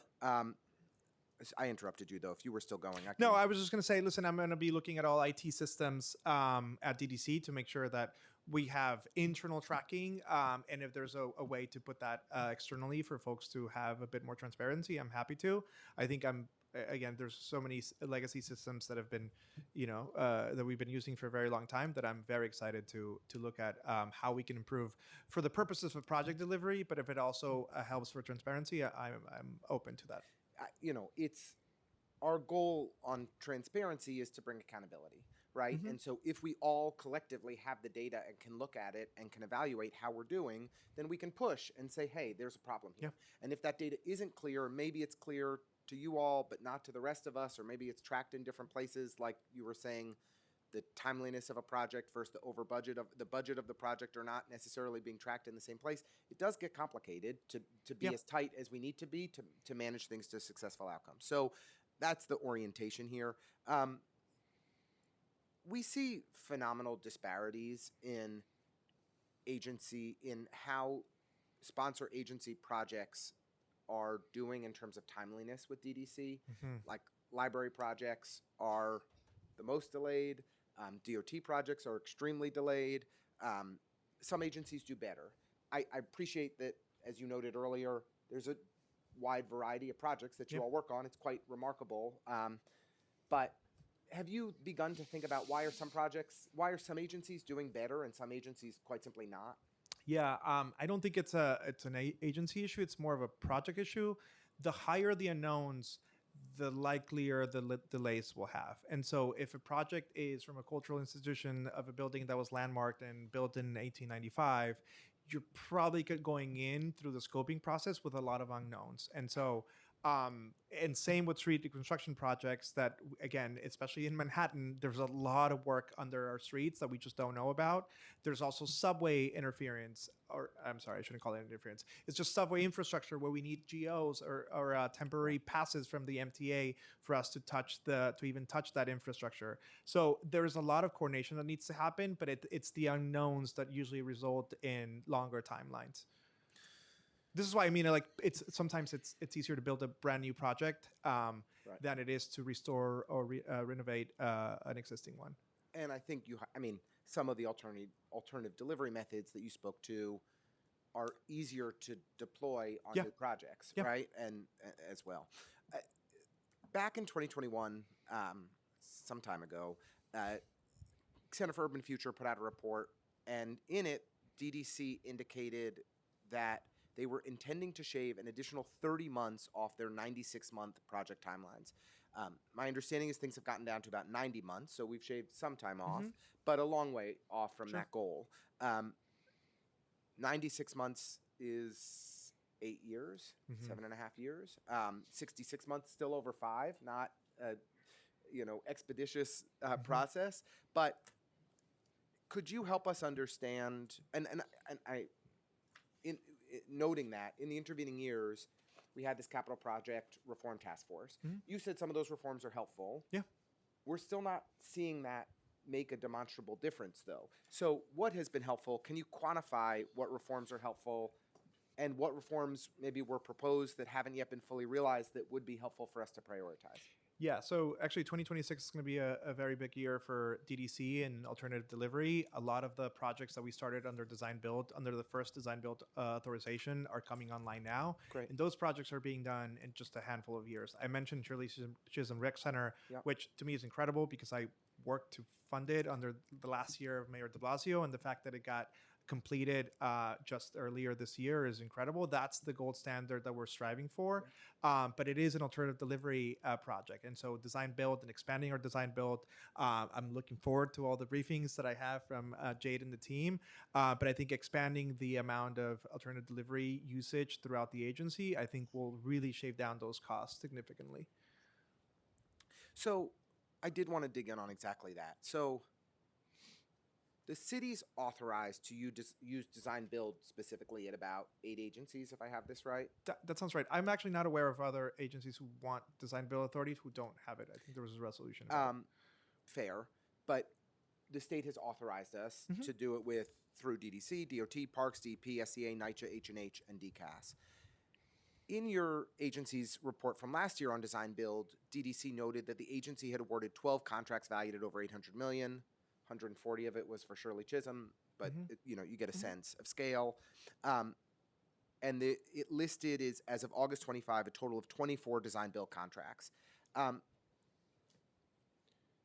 What I think, basically what I'm really trying to get at here is, should we be seeing more design build contracts, like a couple dozen contracts across 8 agencies over what's now been, it's 2026, so 7 years since design build authorization was originally granted? Like, shouldn't this be much more widely adopted? Yeah, I understand where you're coming from.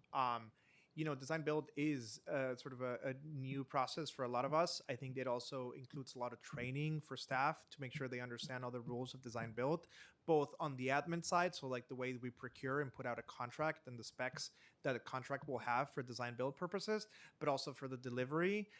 So I hear you, and I understand where you're coming from, that there should be more design build process, but it is a learning curve for our staff and for our sister agencies to learn about the expertise required for design build. DDC has a close partnership with DBIA. It's the Design Build Institute of America. That does a lot of these trainings. We've offered these trainings for our sister agencies. I encourage, and I will be working to make sure that our sister agencies are taking us up on those trainings to ensure that their staff know what it entails to use an alternative delivery method like design build. And with that, we expect more design build projects to come online too. Okay. Could you? I don't. Again, it's day 3. We're grateful to have you here and be engaging. But if you could provide us with a comprehensive list of what projects DDC has engaged with design build, it would be helpful. Yeah, we can. Yeah. Thank you very much. We will annoy you with follow-up questions in writing. I guess I think you answered this for design build, but just want to ask it a little more broadly. Are those the same barriers for why we're not seeing more progressive design build and CM build on more projects at agencies? Is it that same? I think so, though. Although progressive design build and CM build, we got authorities after design build, so I expect that same sort of learning curve to happen.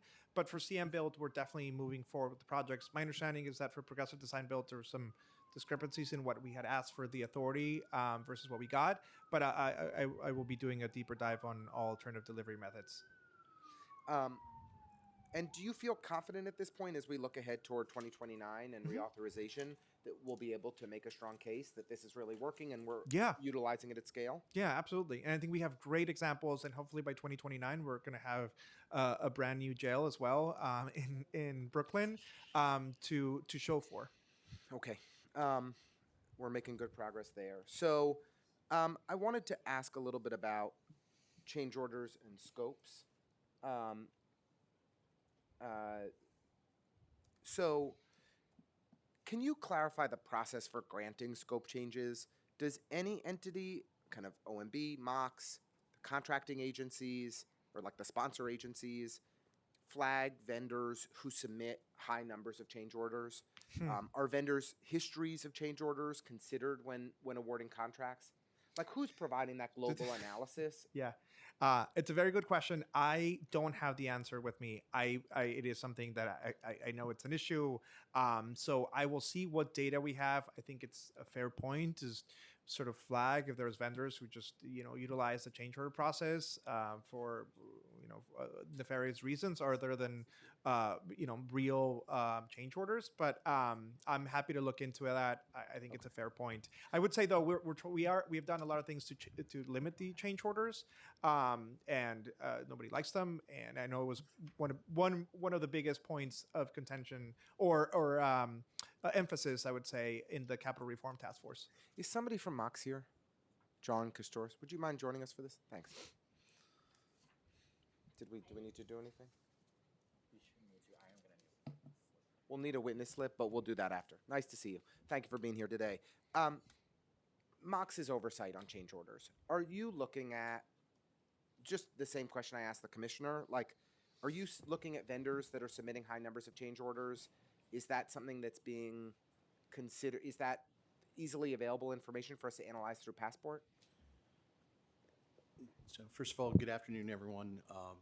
Thank you for the opportunity to be here to talk to you. The MOX serves an oversight function of the procurement process, not necessarily digging into the level of detail about construction change orders and arriving at whether or not it's justified. We rely on the contracting agency to make that determination and review it. We know that there's a very thorough process to review that and determine whether or not there's relevance to that change order. Guess what I'm asking is a little different, is a data question and a Passport question, and maybe you may, as your role as Deputy Chief Procurement Officer, is that right? So forgive me if there's a better person at MOX to ask this question to, but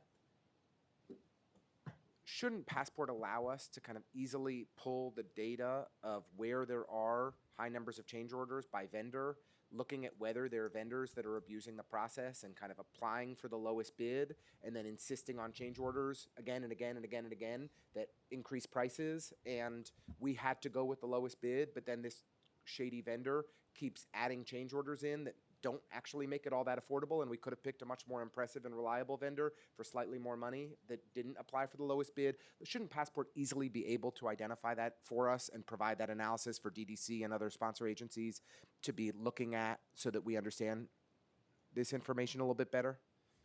Thank you for the clarification. Sorry if I wasn't explaining my point clearly or who I was trying to attack. I appreciate the clarification. Passport does collect and capture certain information. We do include change order information in our annual indicators report that we have on our website, but I don't think it's to the level that you're describing, and so I would be happy to circle back with you on what improvements we can do to increase the transparency. I will just say I was hanging out with the DCAS Commissioner and Councilmember Brewer recently, and they are getting new data from Passport on procurement spending that they've never gotten before, that's providing like really helpful insights into the oversight that they should be providing on procurement decisions we're making citywide. And I think that there's a lot of information generally that we have in Passport that nobody's really been digging into and that DDC and others should be analyzing, and we need Mox's help on it. I think if we could make improvements to Passport capitally eligible, it would be a lot easier for us to see some of those improvements happen. So I hope that is something that we can all advocate for together with our friends at OMB and the Controller's Office. But that is a different, I'm now going on a tangent. Thank you for that. I appreciate it. Oh, could you please state your name for the record, and you'll tell me if I need to do anything else? I'll go ahead. Okay, great. Our committee counsel would like to swear you in. Sure. Do I start with announcing myself, or? Well, we'll have you raise your right hand, and then you can say who you are so that it's on the record and we know that you're telling the truth. Do you affirm to tell the truth, the whole truth, and nothing but the truth before these committees and to respond honestly to council member questions? I do. All right, thank you. Can you please state your name for the record? John Katsouris, I'm the Deputy City Chief Procurement Officer at the Mayor's Office of Contract Services. Thank you again very much. We appreciate you being here. I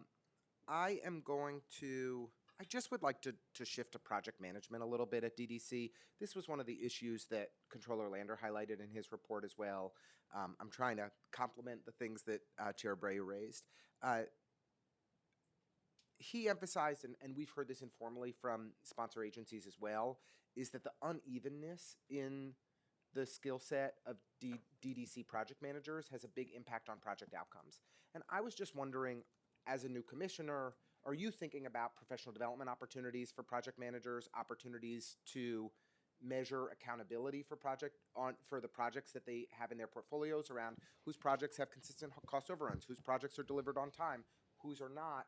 Is there more that we should be looking at there, that kind of human role that you think could improve outcomes? Yes, Chair, so I've had the pleasure of meeting a lot of DDC folks. I think I will say this, they're incredibly dedicated individuals. They're all excited about the projects they're working on. I think what you raise is an issue of providing them with the right tools to succeed. That includes both the right staffing levels, but also the right systems and tools.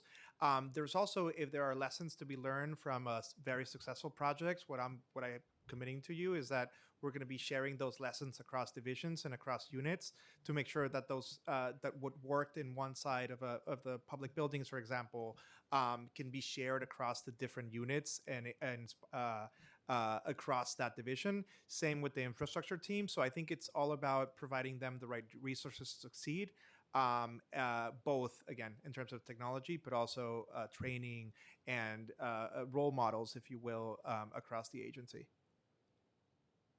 Thank you. I appreciate that. For the associate commissioner, whose name I don't have it. I'm sorry. For the birthday boy. I wanted to ask about legislation that we recently passed for a DOT capital project tracker. Could you speak to the status of implementation? Sure. Thank you for the question, Chair. So we have started looking at systems and models, how to build it. We're going to work with our partners at DDC because they're integral to delivering on our projects, or a portion of our projects. We think that we'll absolutely be able to complete it by the timeline stated in the legislation, and we're actively going to work on it. Since I'm not looking at, remind me of that deadline. Let me get that. Okay, thank you. And I'm sorry, Associate Commissioner Yaroslavsky. I apologize. I hope I pronounced that okay. Perfectly. It is in 2028. 2028. Ugh. I wouldn't have been as nice if it was my bill. Okay. We look forward to having that. I wanted to ask a little bit about Ames. I will try to not go on for too much longer because I know we have a lot of great people who want to testify. So I'm very interested in how we are tracking the state of repair or disrepair of our capital infrastructure.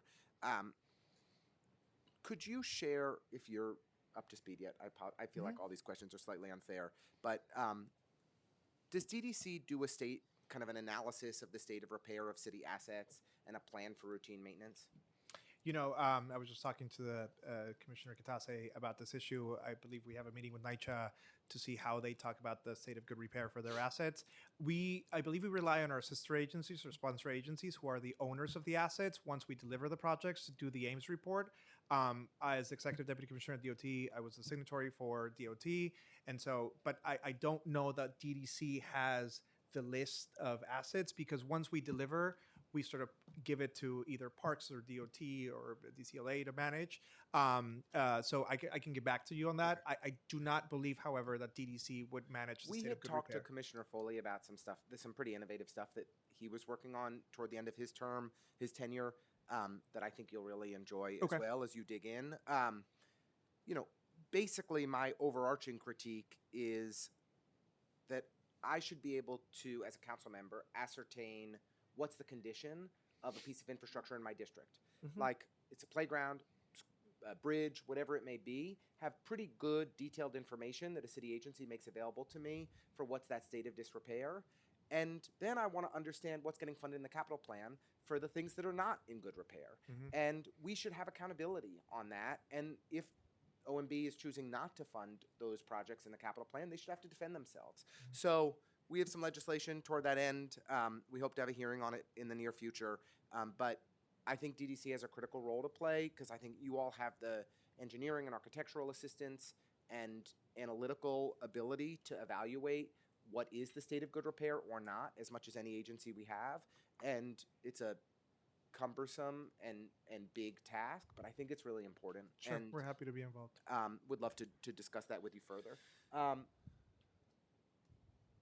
The thing, well, it's the advanced capital planning management system was the tracking of assets and planning projects together that I was really impressed by, and I think it's a cool thing that whatever. I will close by being a parochial council member, because that's my job.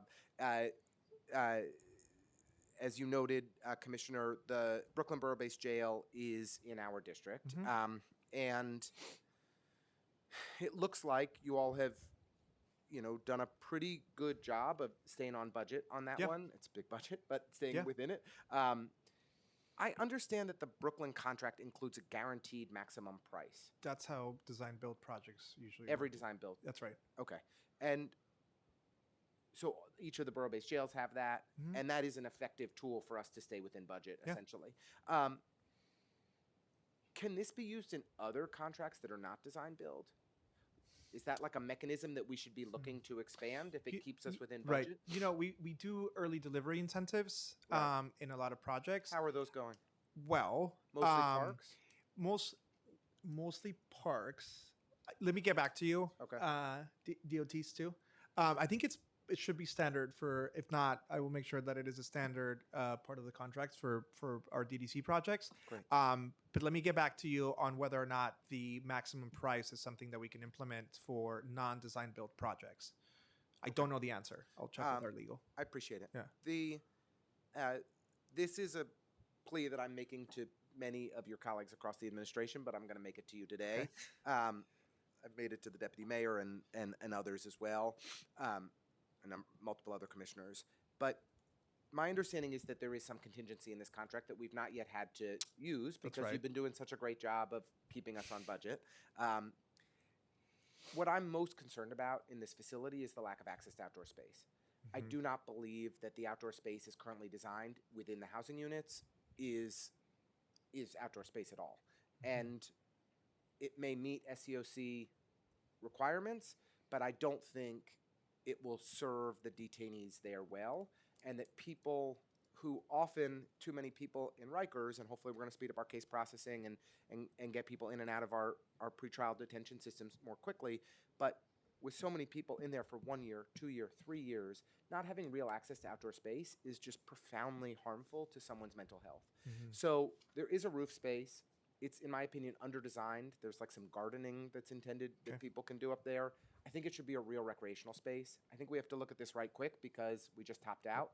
We don't have a lot of time to make changes, but I would really appreciate and welcome your partnership to analyze if there are any opportunities, of course, with DOC as well on what's feasible operationally, but just on the construction side before it's too late, want to make sure that that we really make sure that we ensure that this facility is as humane as it can be. Sure. And I think this is just an important missing piece. That, you have my commitment to look into that. Deputy Commissioner Del Valle has done a really, really good job at managing this project, and he's in close coordination with DOC. I was just texting with Dana Kaplan this morning, so rest assured we're on it. You know the people that I'm texting to. Well, I really want to, unless you guys have anything else? You have a few more. Okay, we got more. Sorry, I'm shutting up, but other people are going to keep talking. We'll go to the Deputy Speaker. Yeah, following up on one of the things that Chair Ressler said about alternative ATD, alternative delivery. Yes. And I guess there's different forms of alternative delivery. So, what types of cultural projects are best suited for design builds, CM builds, or traditional design bid builds? And where is the current system mismatched? Yeah, renovations, we're going to try to push them towards CM build, so construction management, manager build. For brand new cultural institutions, we have to look at it in front end planning, but design build is great for that. But it depends on the project and the requirements and the scope that we get from our cultural partners to see what best alternative delivery method is for each case we bring in. Okay. We've heard many examples of projects where city reimbursement can take years. Can you explain the process for approving reimbursements and why that sometimes can take years after project completion? And I actually have one example of that, which is the David Giffen Hall, which opened October 8th, 2022. Lincoln Center is still waiting for DDC to complete payment on the project. Also, Carnegie Hall is accruing $2 million in interest each year for capital projects. So yeah, what is the plan supporting these institutions and making sure institutions are paid on time and do not face increased interest rates or impacts on their credit ratings? Yeah, Councilmember. So, in prepping for this hearing, this issue came up. I think the bigger issue is the coordination between us and the cultural institution. A lot of this work happens before a contract's even registered, and so the city doesn't even have the ability to pay until the contract is registered. So you mentioned the Giffen Hall at Lincoln Center. The contract, you mentioned the work was done in 2022. The contract wasn't registered until September 2024. From there, we had meetings up until end of 2024. We're still going back and forth with Lincoln Center about some documents that were missing for us to be able to make the payment. I understand that on paper it sounds really frustrating, but if an institution is doing work ahead of contract registration, the city doesn't even have the ability to pay. And so we understand that sometimes that needs to happen and the timelines are tight, but I would really encourage them to work with us to make sure that at least they know the expectations up front. And in this case, it's not like they've been waiting for a payment for a number of years, as I think on paper it would show. It's that we didn't actually register the contract until very. But why? Can you help me understand why contracts? Yeah. So the get way registered? the way that it would work is essentially we get the capital grant process may not be in place ahead of the institution wanting to do work, but they have the commitment, the funding commitment in place, and so they're making the decisions to make the repairs or renovations with the funding commitment, but not with the capital grant fully registered with the controller. And so there's a bit of a disconnect. I think this is a very good topic for us to discuss. But why? Why does it take so long to register the contract? So I don't know the full details. I don't know if it's we're not getting all the right information. This is a very good topic if we are going to host a roundtable to discuss, because I want to be upfront with the cultural institutions about the expectations of doing that work at risk without a fully registered contract. I understand that that means that their projects are not going to start as fast as they would like, but it does avoid delays on the back end. Yeah, and so, it's like damn if you do, damn if you don't. Because like if they don't start it, then like that can lead to like a whole bunch of an array of issues. Maybe Sure. the project cost goes up. Maybe they have disruptions in their programs or their performances. But then now when they do it, you're like, oh well, you did it, and now you gotta wait until we catch up with the bureaucracy. I think like I don't. you're bringing up a That's very good point. And crazy. also, a lot of these cultural institutions are, taking out bridge loans to make sure that they're Yeah, now paying they're up. paying interest on That's the right. loans. Yes, it's not an easy solution. I think being upfront about the risk benefit of doing that is important. And you Yeah. have my commitment to really make sure, at least for the cultural institutions, to know exactly what they're getting into if they are going to be doing work, what we consider work at risk. Yeah, I think transparency is important, but I also think thinking of not just like a band-aid, because I think transparency is just like Yeah. band-aiding the problem, but like really trying to find a cure for the disease as to like why it takes so long to register a contract, especially when that cultural institution is sounds like self-managing.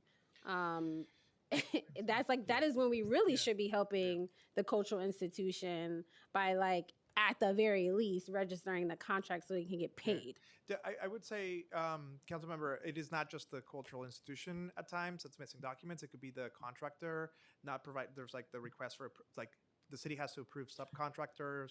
Sometimes there's like PLAs or other labor things that need to be involved, and so it is a very burdensome process. It is required by spending city dollars. I want my city dollars to be spent on prevailing wage and sort of your typical what it comes with spending a city dollar. But I agree with you, and I understand that frustration. And Commissioner, I don't know if you wanted to. No, I just want to echo, of course, we understand the frustration that cultural organizations are experiencing with this. And both Commissioner and myself are quite new here and have our first meeting actually scheduled next week so we can begin coordinating better and be able to communicate these unique, specific challenges because DCLA works so differently than other sister agencies. So, yes, we understand and we are in conversation about. Thank you. Institutions are foregoing city processes for procuring equipment. It takes too long, and items will often be out of warranty by the time they arrive. Often, SIGs will wait until they can afford the entire equipment replacement privately. What are the primary holdups for equipment projects, and what is being done to streamline equipment projects? So I will say that over the past several years, we've been able to reduce our equipment procurement timeline by 6 months. We've only heard one case of equipment being delivered out of warranty. So that is not something that we've heard before. But I'm sure the cultural institutions will share as I'm looking at faces and they're smiling and laughing. So I'm sure there are more cases, but so yeah, I'm hopefully happy to somebody listen to can all of stay them. back from DCLA to hear the testimony. Okay, no worries. So we can circle back to that. DCLA has not updated the capital project tracker as we discussed, or as I mentioned in my opening since 2021. The tracker is required by local law. Why hasn't it been updated, and can you commit to updating the tracker? yeah, data transparency is incredibly important to us. This just came to my attention last week, and as of today, the data is updated for 2025. That's why we have hearings, oversight, transparency. We love it. Thank you. Okay. Advocates and cultural organizations are calling for a cultural capital plan, a systemic citywide framework for assessing the condition of city-owned cultural assets and budgeting sensibly for state of good repair, modernization, and energy efficiency projects, along with expansion projects. Is there anything that would prevent DCLA from establishing and maintaining such a plan? If not, are you committed to a 5-year capital plan? And I know you mentioned when I asked the question about do you assess buildings that you do feel this could be potentially used to create a plan. So yes. Is there Yeah. anything that would preclude you from doing it? And if not, are you able to commit to doing a capital plan? I'm definitely looking forward to talking to the CIGs about this. I haven't received any details about what the proposal is, but have started the conversation with them already. Looking forward to learning more. Okay, and just a few questions, not cultural or libraries related, but MWBEs, unless the chair, do you plan to ask questions on MWBEs? Okay, I'm very passionate about MWBEs, and so, and I know Chair Ressler is as well, and there's a set of MWBE questions. The Public Works Investment Act requires project labor agreements for alternative delivery contracts, and DDC has reported that minority and women-owned business enterprise utilization on design build and CM build projects has been higher than on low bid contracts, with participation goals of 30% for both the design and construction phases. How does MWBE participation rates compare across design builds, progressive design builds, CM builds, and traditional low bid contracts? Yeah, the council member, we share your support and passion for MWBs. It was something that I championed with former Commissioner Rodriguez at DOT, and it's something that our Executive Deputy Commissioner Maggie Austin at DDC really cares about and has done a fantastic job at increasing participation. We have found that MWB participation is much easier in design build projects just because the goals are desegregated, which means essentially there's like an ability to bring in more subcontractors of smaller size. Let me just give you an example. The Churlicious Rec Center had an MWB participation of over 30%, 36%, which has been the highest MWB participation rate that we've ever had. And that's the goal, essentially making it easier for smaller firms, which MWB firms tend to be smaller, for them to have access to contracting opportunities. It is something that we're very proud. I think our BBJ program is doing exactly that. We hope to get about 30% MWB participation across all the contracts in our BBJ program. Oh, compared to design bid build, the reason why the percentages aren't as high as design bid build is because the contracts are not desegregated, and so you have one preliminary design, one final design, and one construction. We do have goals, but it's much harder to exercise the tools of using subs or nudging contractors to use MWB subs. How does a PLA affect project delivery, workforce stability, and opportunities for city residents? Yeah, it doesn't affect them.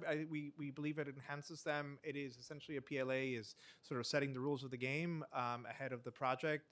Everything from wages to deliveries and conflict resolution and sort of everything that you need ahead of the project to start. We have them in design build projects as part of the as part of the state law. They're required in horizontal and vertical design build projects. It's been working great. We also have a community hiring component, which was also approved by state law. I am happy to dive a little deeper on that. If we have some metrics, I would love to share them. The goal here is to hire local residents into these jobs and ideally bring them into trades for them to have a path towards a good, well-paid union job. Yeah, like actually getting into the trades, because sometimes they do the apprenticeship pipeline, which isn't actually like getting them into the trade. So we try to encourage like them actually getting into the trade, so it isn't just like the one project in their community, but that they can take their like now union card and go to another project. That's right. We just want to make sure that faster project delivery doesn't compromise or come at the expense of inclusion or accountability. So I think that's right, and it hasn't yet, and I have no reason to believe it will. okay, thank you so much, chairs. Thank you, Chair Ressler. The report also, this is referring to the controller's report. I'm back to the report. Found that when calculating the extent of project delays, DDC does not count certain delays as delays. The report states that DDC, and I quote, unilaterally excludes all delays it considers outside of its control. As a result, the MMR does not provide a complete picture of the delays that occur. In the MMR, DDC excludes time added to the project duration due to changes in programmatic scope and delays it considers beyond its control, end quote. Why does DDC exclude these delays from its delay calculations? Yeah, I mean, by mere fact of the statement, it's a DDC delay. I wouldn't consider those DDC delays, but I understand your point, and it goes back to sort of like understanding a baseline of what is a delay. I think we can have a philosophical discussion of what is a delay, but for the public, it doesn't really matter. So a point well taken. I appreciate you saying that, because at the end of the day, I feel like we're all just trying to convince ourselves we're doing a good job, but the members of the public, it's delayed. Yeah, so, I would say though they will enjoy the scoping changes that come from that. But point well taken. I don't think the public cares, and I'm happy to look into it to see if there's a better way to be. And I'm happy to move away from the delay discussion, except there may be another one. The controller's report also states, and I quote, DDC contracts frequently require mid-project adjustments due to this added scope, unforeseen underground conditions, or delayed utility responses. However, the audit's review of project records and sampled project files suggest that in many cases, delays categorized as external, for example, field conditions or scope changes, and therefore deemed unavoidable by DDC may stem from avoidable causes such as design omissions or insufficient project readiness, end quote. Given that DDC is involved in establishing and changing the scope of any project, why does DDC classify design omissions or insufficient project readiness as outside of the agency's control? Chair, I would like to see those examples because if it's a design omission, it should have been caught at front end planning. That's the whole purpose of that unit. But if it's a change in scope, that's not a design omission. That is a design, it's increasing the scope. And so I would love to talk to my team about the specific examples that the controller pointed out. I would say though, and I keep saying it, we don't know what is under our streets, especially in Manhattan. The utilities don't have a good grasp. They have an idea, and we try to get. We try as much as we can to anticipate what will be underground, but it's very hard. And so we don't know exactly what's down there until we rip up the streets. And so you mean to tell me you can't see through cement? Unforeseen field conditions, unfortunately, are unavoidable at times. Got it. I just don't want us to redefine what a delay is. I think that's something that we have to have a meeting of the minds on. Sure. So that when my constituents are coming up to me or folks of the city are coming up to me and saying, how is this not a delay? And I'm like, it is a delay. It's just not a delay for agencies that want to make themselves feel a little better. Scoping changes in front end planning, if you would like.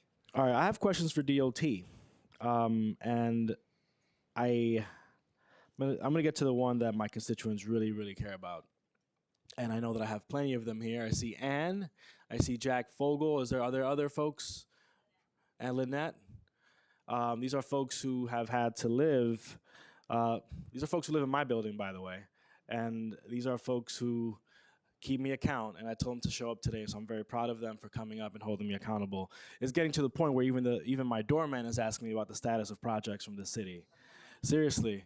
And I'm like, man, everybody's coming after me. So now is the time to ask these questions, and I'm glad that you're going to be here to testify later. In 2019, Judd Law began work on the Riverside Drive Viaduct project to repair corroding steel and decking along the elevated portion of the drive as part of a contract worth over $100 million. Work has eventually stopped. Folks from Judd Law have walked off the project for over a year, leaving behind an unfinished construction site that disrupts the lives of people in this neighborhood. It is a blight. I look outside my window. The residents of my building look outside this window. Folks from 153rd to 161st, they look outside of their windows and they have to live with this nightmare. What happened with this project? First off, Majority Leader, thank you for your advocacy on this project and all the other projects in your district. I want to say, first and foremost, we're in active litigation with Judd Law on this project. We wanted to move forward with a default of the contractor, but we're given a temporary restraining order by the judge. We want to move forward. We want to complete the project. We want to see the residents of your district and the folks in your building happy and not clamoring for projects to finish. As Commissioner Choa said, the delays are one of the things that, bother all of us most. We hope to have a resolution soon. We'll continue conversations with the contractor and the litigation and hope to get to a resolution soon. Thank you for that update on the temporary restraining order. That is news to me. And I think that indicates, I have to say that under the Mamdani administration, there's been a lot of active efforts to find a resolution here in a way that, the past administration didn't have a sense of urgency. And so I just want to say thank you for providing us with this update, potentially moving for default if you can. And the TRO shows that at least something is happening and I have something to report back. Is it permissible for a contractor to walk off a project while there's a dispute about costs?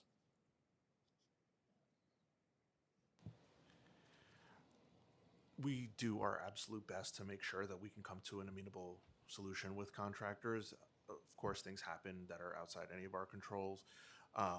Many of our contractors are firms we've worked with before, so we want to make sure that we can continue working with them. And if things happen like they walk off the job, we have things in the contract that we will have to exercise, and we look at things on a case by case basis.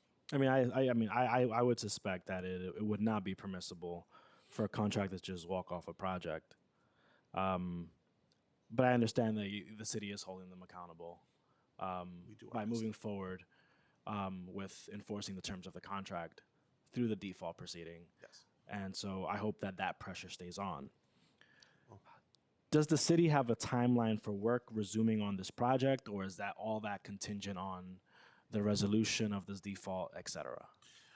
unfortunately, it's all tied to the resolution. We'd like to move forward with a different contractor and get the project done, but unfortunately, this TRO kind of puts us at an impasse. I do want to say that we're not sitting on our hands and just waiting for the TRO to finish. We're trying to move forward and looking for any and all possible solutions to move forward. And under the contract, you would be able to find another vendor through a surety bond. Is that how that would work? Let me get back to you, Majority Leader, on No that problem. point. Will the work on this project, let's assume that there is a default and that the city succeeds with that, will that affect Judd Law's standing when they bid for future city projects? Yes, what? Is there? It would. Okay, that's good to know. And is there existing laws that says that if there is a prior default, that's a factor that the agency is required to consider as part of granting future projects? So, from a big picture standpoint, any and all contracts get grades after the project is complete. We factor those grades in when we're reviewing contractors for future work. All right. Well, that's music to my ears, because I feel like for a very long time, Judd Law has been operating as if they're too big to fail, and that they have this leverage over the city and the state, having billions of dollars in public service contracts. It has been a huge concern. I know they also have another contract on 79th Street, for instance, as well. They have a lot of state contracts with the MTA. If Judd Law is paying attention, I hope you are paying attention. We're coming after you. You have an obligation to do right by the city and do right by the contract terms. And if you don't, yes, you may get defaulted. And that's going to impact future projects. It's going to impact your ability to do business with the city, because the residents of my district, the residents of this city, deserve better. You imagine you're building a bridge and all of a sudden you decide to walk off the job? But you know what? They're mistreating the residents of Uptown Manhattan by walking off. You guys can reserve your rights in court through litigation and still complete the project. And then after that, litigate the cases on the merits, and you reserve your rights to do that. You should not, at the expense of my constituents, wait for them for that project to be done. It's been 7 years where we have a stranded road. It's not right. And so I just want to say thank you so much to the chairs. I have no other questions on this matter. I want to thank the commissioner for testifying in good faith.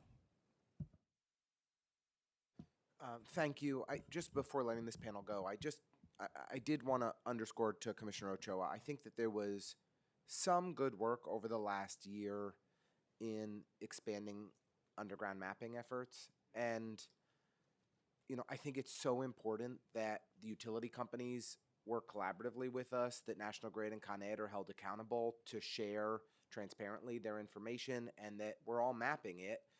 DEP's infrastructure, the utility infrastructure, so that when work is happening, we can consolidate projects as much as possible. There is nothing that annoys our constituents more, the people of New York City more, that when the same street gets dug up 3 times in a 1-year span because Con Ed, NACGrid, DEP, DOT, nobody's talking to one another or cares what anyone else is doing.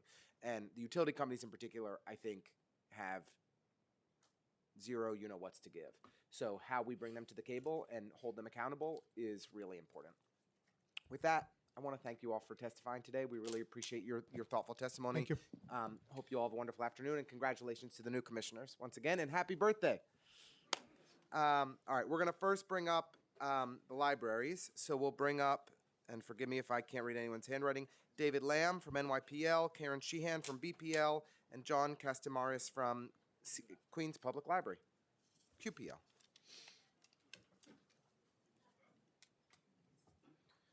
We could give them 3 minutes. It seems fine. What did you say, 2? You'll say 2. I had originally said 2, but if you want to give them, it's fine. We'll get out of here at some point. I gotta just be home at 5:30. Thank you. Okay. You all feel free to testify in whatever order you would so like, and the clock will start whenever the first one begins.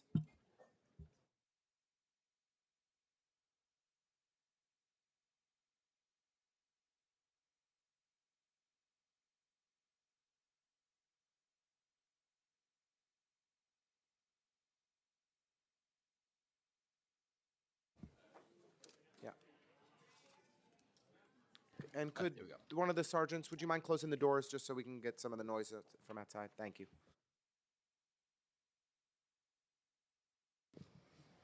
Good afternoon. My name is David Lem, and I am the Vice President for Capital Planning and Construction at the New York Public Library. I would like to thank Speaker Julie Menon, Chairs Dr. Natasha Williams, Lincoln Ressler, and Sean Brew, the committee members, and the entire City Council for holding this hearing.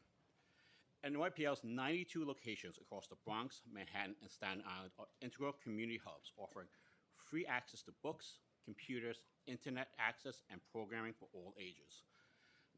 Capital improvements ensure that our essential services are delivered in a safe, welcoming, and accessible spaces for all our patrons and staff. NYPL's active capital portfolio as of April 2026 consists of 30 projects with a total value of over $331 million. By fiscal year 2028, we estimate that NYPL will have invested a total of $1.2 billion towards capital improvements since fiscal year 2015, including $747.1 million in city capital funding. This includes many of the street projects across our locations, such as roofs, windows, building systems, as well as 31 comprehensive renovations and new locations, which accounts for more than 1/3 of our branches. And we have many highlights we can go into, but to keep within the time, I can talk to them afterwards then. We have made great progress on capital improvements across the system, but it's important to note that most of the library's recent success results from creative approaches that seek to avoid the cost escalations and lengthy timelines associated with the traditional city capital process. Finding efficiencies ensures that we are reliable stewards of public funding and that our patrons and staff do not have to wait to see critical needs addressed in their libraries. One of these creative approaches is working with Economic Development Corporation, as we did for our 5 Carnegie renovation projects. These projects were completed in less than 6 years, even with 11-month 2020 COVID restrictions. All 5 branches were over 100 years old, multi-floors, involved a mix of landmark buildings, access agreements, complex regulatory process, and percent for arts projects. On the other hand, our renovation of Hampton Fish Park in Lower Manhattan is a much simpler one-story project managed by DDC, started around the same time as the Carnegies and experienced also the COVID pause, and is still yet to be completed. At the time the funding was secured in 2015, the library anticipated it would take 4 years, $8.5 million to complete. But after numerous contracts amendments and extended DDC internal reviews, design was not completed until 2022. During that time, the branch's HVAC system failed, and NYPL was forced to temporarily close the branch, spend NYPL operating dollars to outfit it with temporary heating and cooling, and reopen with limited service prior to closing again for construction in 2024. A project originally estimated to be completed in 4 years and cost $8.5 million will ultimately take 10 years and cost $18.5 million. We know that when we work with DDC, cost escalations are inevitable. We have incurred $54 million in shortfalls on DDC managed projects between FY18 and 25. This directly impacts our approach to requesting new funding. Since we know shortfalls are inevitable, we must preemptively ask for contingency funding until a project reaches construction.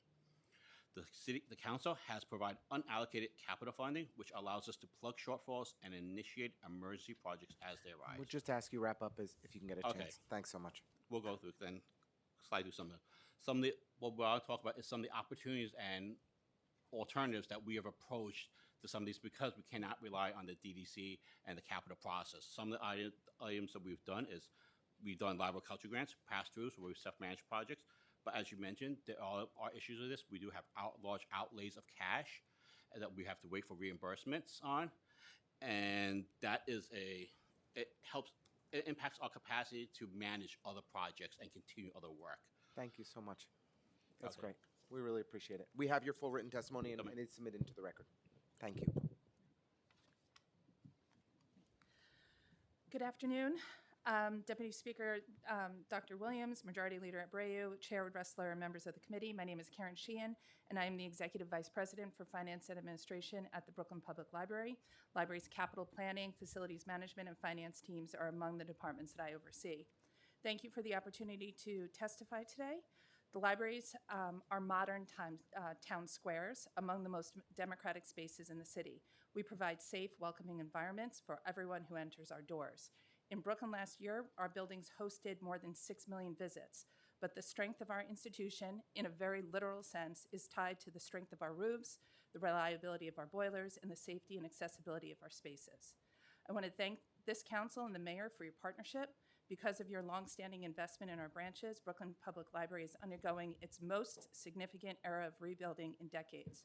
Over a third of our branches in our system are currently under renovation or have recently been reconstructed. From the brand new Greenpoint and Sunset Park and Brooklyn Heights libraries to upcoming construction at New Lots and Canarsie, we're building world-class inspirational facilities for our patrons.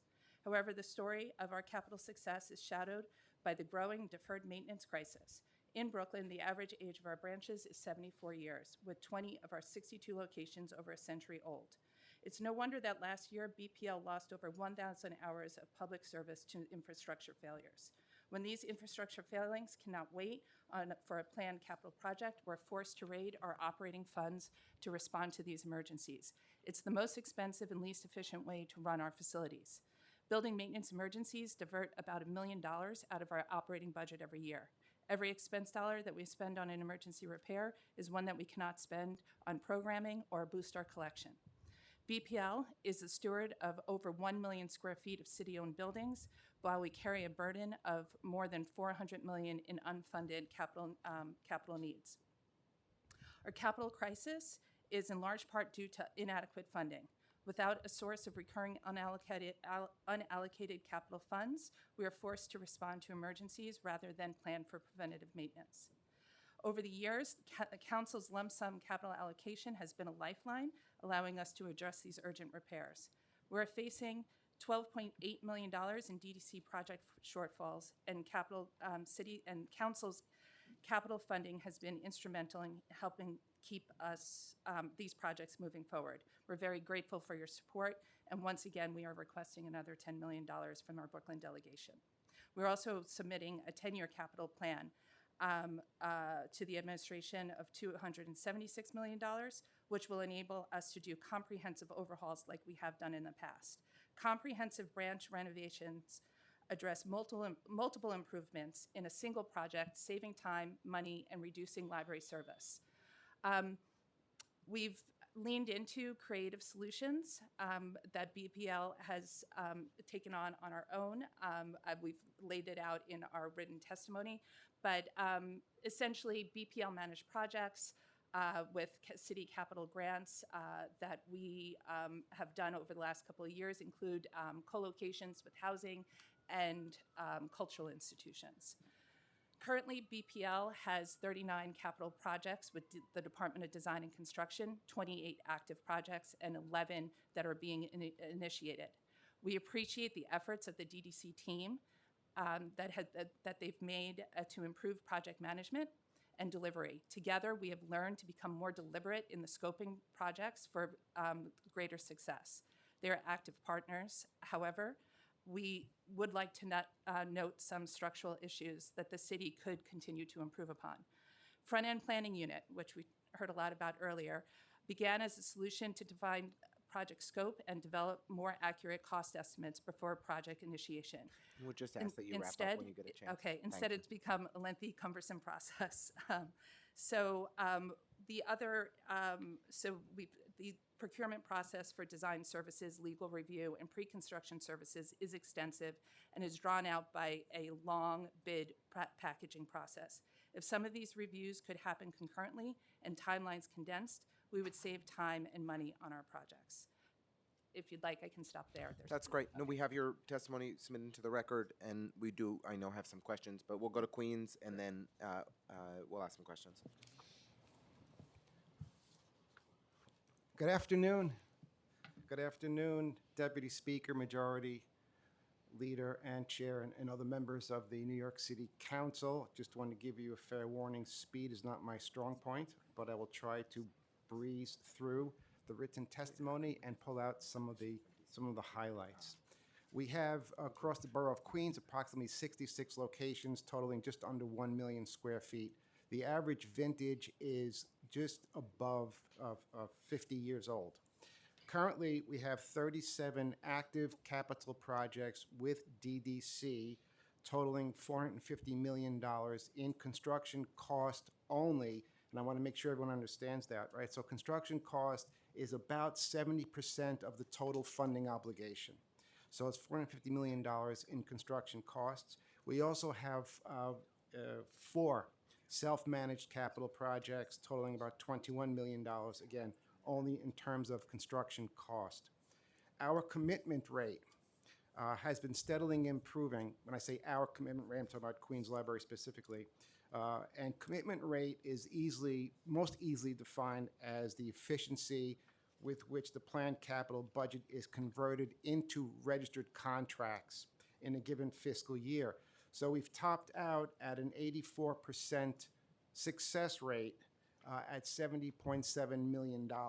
So it's an efficiently run capital program in terms of this commitment rate, which is the report card that OMB tends to look at.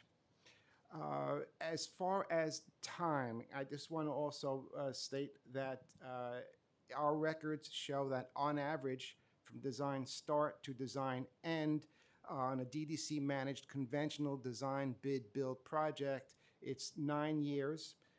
46% of that time is in design, 12% in procurement, and 42% in construction.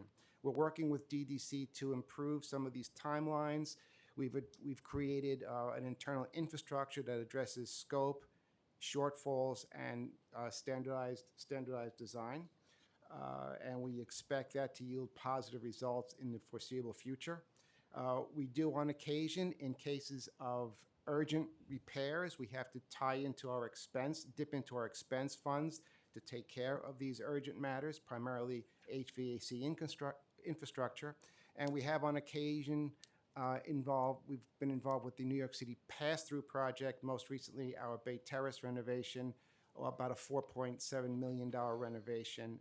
But that has consequences in terms of cash flow and having to front the money. So it does have some punitive impact as far as, well, accounting and economic housekeeping. That's pretty good. Maybe I should consult with DDC on finishing on time. Thank you very much. All right, for your, Queens for your gets time the and credit attention. for being on time. There we go. We'll start with the Majority Leader. I have a question too, but you go first. The Deputy Speaker. I just got myself confused. It's just Natasha at the end of the day. What was the hardest part of dealing with the city? Which step in the process, funding, approvals, procurement, or reimbursement, was most challenging, and why? I can take part of that question. I think what we find a lot of it is as you kind of mentioned, is the time delays, and also just a little bit of the rigidity of the process overall, where things have to go into sequence. Things don't work very quickly at times, and it causes long delays. What we do find, as we mentioned, as part of the pass-through, is also the reimbursement process, and even just getting contracts registered and getting going to get the process moving along, which ultimately does delay impacts our other projects across the board and allows us to plan for multiple other work that we have to do. I can add on to that. I agree entirely with those challenges. As I mentioned, funding is a big part of it. Libraries do not receive recurring funding in the 10-year plan. We haven't in many years. Not having that out-year funding has the tendency to make us approach projects that we share with DDC on an ad hoc basis, or as like one building system at a time versus a comprehensive package. So not being able to package building systems in a building into a comprehensive project to give to DDC without that out-year funding will delay projects, will cause multiple closures over many years. For instance, we have a library that is closing twice in my tenure at BPL. I've been with BPL for 7 years, and this library is going to close twice for 2 separate DDC projects because we were at Leonard. And that was because we started one project with a certain amount of money. We were not able to change the scope when we were able to receive additional money. So that inability to use out-year funding to plan systematically is a big challenge for libraries. I think the cost of time is a great complicating factor. People are sensitive to the passing of time. Design does not stop. I mean, traditionally, there's pre-design and schematic and design development and construction documents, but design continues into construction. If you have to put a pencil to paper to solve a problem, design is still active. So we've got a timeline, as I mentioned, which is 9 years. That carries with it a dollar amount to it, and some of that dollars, those amounts exceed people's appetite, right, to really look at that as desirable, and that's a challenge. That's a challenge. Moving that timeline down and maintaining the integrity of the project, I think, is going to be our single largest challenge, and that's what we need to focus on. Great. Just 2 questions from me. Firstly, there's been recent analysis that when libraries are permitted to self-manage projects via pass-through funding, you're able to complete projects for as little as 20% of the time, in as little as 20% of the time as DDC managed projects, and as little as 1/3 of the cost. Have you done a kind of comprehensive review with DDC on your self-managed projects? Should every library capital project be a self-managed project? I can jump in. No, we have not had that kind of conversation with DDC, but yes, we have found that we can deliver our pass-through projects at a fraction of the cost. BPL is currently managing 7 pass-through projects. It is cumbersome, and the city requires us to have at least 10% of the cost on hand. We also borrow money, incurring interest that is not reimbursed by the city. We are actually having an ongoing dialogue with OMB on a pilot program that will allow us to self-manage smaller critical infrastructure projects without that financial risk. However, the conversations have been going on for some years, and we haven't made much progress. But there is some appetite to explore letting the libraries have that ability. However, we have an excellent team of professionals who manage our capital program.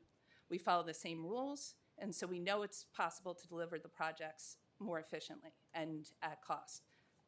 However, we're a library. We are not a construction agency. We are not equipped to take on the entire burden, and nor do we want to. So we are supportive. BPL is supportive of working with the city on all fronts to improve the delivery of capital projects.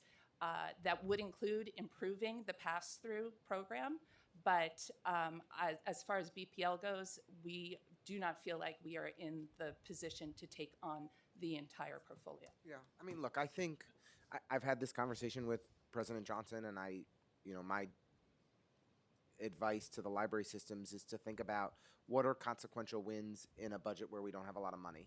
And some of those things are, what funding can we baseline? How do we incorporate libraries into the 10-year capital plan? How can we allow for more projects to be done through pass-through funding that just allow you to execute on essential projects in much more efficient timelines and much more inexpensively?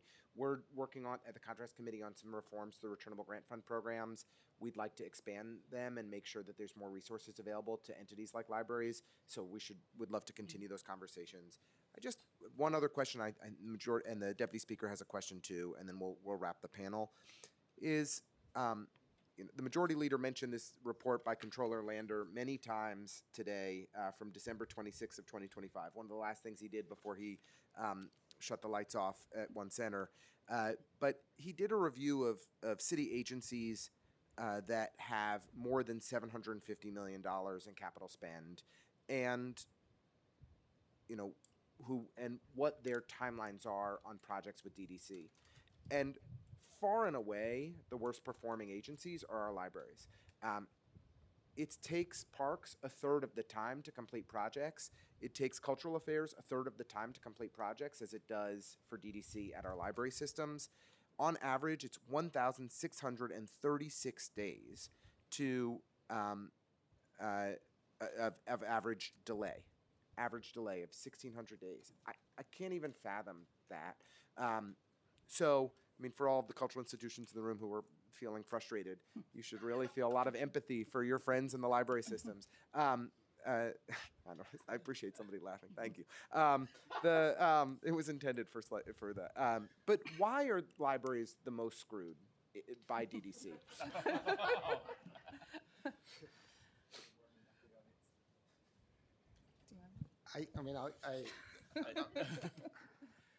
We're not the most screwed. I think we're special. I do too, for the record. I'm not quite sure I would even sign on to that comparison, to be honest with you. Parks, libraries. I mean, these are different entities, different totally. entities altogether. Yes. And we have projects that can range from a simple, I don't want to, simple is the wrong word, but a roof replacement to a replacement building. That's a large gamut of to be clear, though, what I'm highlighting is the delay. So relative to DEP that does complex projects, relative to the Department of Transportation that does complex projects, relative to cultural institutions that do complex projects, the scale of delay that happens at libraries is significantly worse than any other agency, and in fact 3 times worse on average than cultural institutions or parks. That's a major difference. Okay. So I'm just trying to get at, why do we think it's so much worse at libraries? What should we be focused on to try and address that reality? Well, I think delay, we need to trace back to the underlying baseline metric. So I have multiple times authentic conversations with my colleagues at DDC, taking exception to the baseline schedule. We've got a pretty good, as a library, we've got a pretty good database on DDC realized capital projects. I know what the timelines are. Yes, no 2 projects are the same, but there isn't a lot of deviation. There's an acceptable delta in there. And I know design period, I know procurement period, I know construction period, across different building types, different market sectors. Okay. And I guess one of my biggest challenges is taking exception to what I see as the baseline schedule. And I ask the honest question is, how can this schedule be published knowing the historic numbers just don't support this schedule? Okay. Essentially, it's the overpromising syndrome. And these are not my metrics. These are the metrics I evaluate coming out of DDC. Yeah. So, and that could be a major driver of what's being perceived as delays. We have to start with a sober and authentic baseline schedule that is a tad optimistic, but achievable. If it's overly optimistic, it'll be construed and published as a delay. And, I don't think that's the right way. I don't want us to be any less ambitious. I will just note in the Controller Lander's findings, and you all should review this and tell us if their team's information was inaccurate or lacking in any way. But the data shows that it's the average design delays that seem to be driving the problems most of all. On average, 936 days delay for design for libraries. That's just, it's unlike what any other agency experience in a dramatically different fashion. So I don't know where the disconnect is there between how the libraries design and construction teams and your are working with DDC and the to get this resolved, but it just seems like there's a real challenge on that point in particular that we need to dig in on together to fix. Because to Ms. Sheehan's point, we're not, you know, there could be more self-managed projects. There are lots of creative solutions that you're all advancing, which is great, but you're going to continue to be partnering with DDC, and it seems like the issue of resolving design is a chronic one that is having a very consequential impact on delays. I will pass it to the. Can I just the, add to that? I Sure. think there is a length of the design. There is a process. It always comes much longer. There is a process to which it all goes through.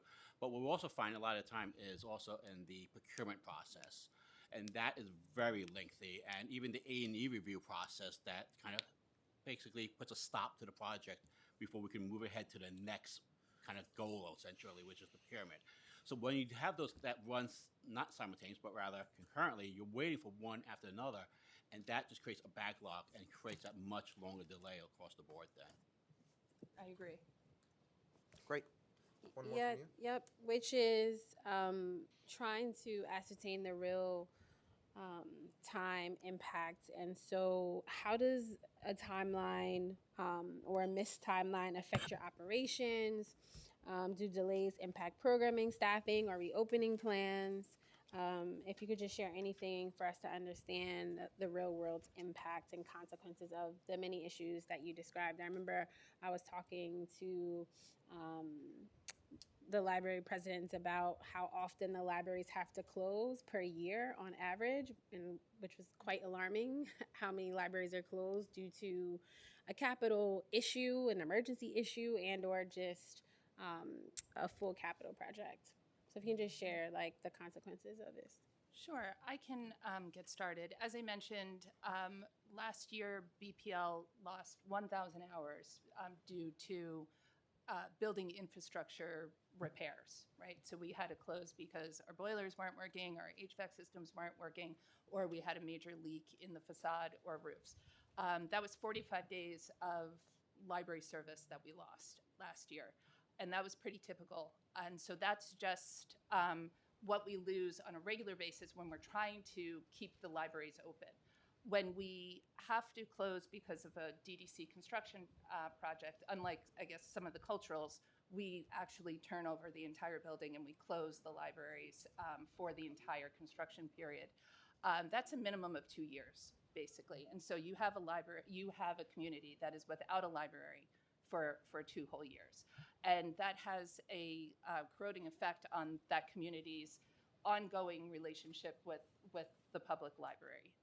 People are very connected to their local libraries, even if there's a library that is the same distance away but in another neighborhood, they might not feel comfortable going to that library, or it's not part of their routine. And so you lose that connectivity with the community. We try to address that by offering interim service, and we do that through partnerships in the community. We do that with bookmobiles, and sometimes we even will create temporary permanent space, either with a partner or in other times we've actually paid rent in order to continue to deliver service in a neighborhood because it was so in need and because it was so isolated from the other libraries in the area. So that's a hit to our operating budget. We don't have the funds to create interim service, and so it's a cost. The longer that a DDC project takes, the BPL and the other library systems are incurring an ongoing hit to the operating budget when we're delivering interim service in that way. To add similar, I agree with many things you've said. For New York Public Library, that loss is representing 1,467 hours of lost service to the library. We have to close a branch for either building repairs or maintenance. And at the same time, these delays also, we have to recognize as they get longer and they extend out, our buildings do not get younger. Our infrastructure does not get healthier. They only get worse as we keep going along. So when we do look at this, there is a dollar value that gets associated with it, that the longer this takes, the worse the building gets, and then we have to start spending more money. Again, that then relates to more shortfalls that's coming back to the library. And then it forces us to do fewer projects that we want to do to improve their entire system across the board. Well, I want to thank this. I'm sorry. I just want to let's take a peek behind the curtain. Those are all valid points. Let's take a peek behind the curtain and look at the internal stress that is created when projects are initiated faster than they're completed. You can get 5 projects that cross the finish line, but I'm making up these numbers as an illustration. You've got 5 that pass the finish line in a given year, perhaps. You've got perhaps 5 still in the oven being built, to be joined by another 5 that's going to go into design. That is a perfect example of a backlog. And again, we're getting back now to let's call it the opportunity cost associated with protracted delivery. So that if we can't clear the roster, at least to some degree, keeping pace with the new work that's coming in, well, fortunately, we've got limits in expense dollars to bring in to increase the size of the capital department. So we're using resources that we have, in essence, to put as many thumbs and as many leaks in a dike as possible.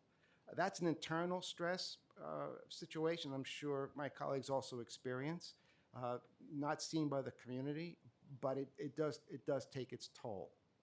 It's a perpetual backlog that's building. It's not getting smaller. It's getting larger. No, and I think you each eloquently spoke to the reality that if we fail to maintain your aging infrastructure, your aging buildings, that the costs are going to only grow and get worse. And so the city needs to do a much better job of working with you all to track the conditions and invest in an ongoing way rather than waiting for disasters like at Leonard Street, like at the Leonard Branch in Williamsburg. I want to thank you each for your testimony today. It was very insightful. We appreciate you taking the time. Thank you. I now have to read this. I am going to open this hearing for public testimony. I remind members of the public this is a formal government proceeding and that decorum should be observed at all time. As such, members of the public should remain silent at all times. The witness table is reserved for people who wish to testify. No video recording or photography is allowed from the witness table. Further, members of the public may not present audio or video recordings as testimony, but may submit transcripts as such recordings to the Sergeant of Arms for inclusion in the hearing record. If you wish to speak at today's hearing, please fill out an appearance card with the Sergeant of Arms and wait to be recognized. When recognized, you will have 2 minutes to speak on today's hearing topic. If you have a written statement or additional written testimony you wish to submit for the record, please provide a copy of that testimony to the Sergeant of Arms. You may also email written testimony to testimony@council@nysc.gov within 72 hours of this hearing. Audio and video recordings will not be accepted. I am now going to call up the next panel. Former DCLA Commissioner Gonzalo Casals, Brian Donahue of the American Institute of Architects from New York, AIANY, Taylor Palmer from the American Council of Engineering Companies, and John Sirico from the Center for an Urban Future. Thank you all for being with us. Feel free to testify in whichever order you all are so moved.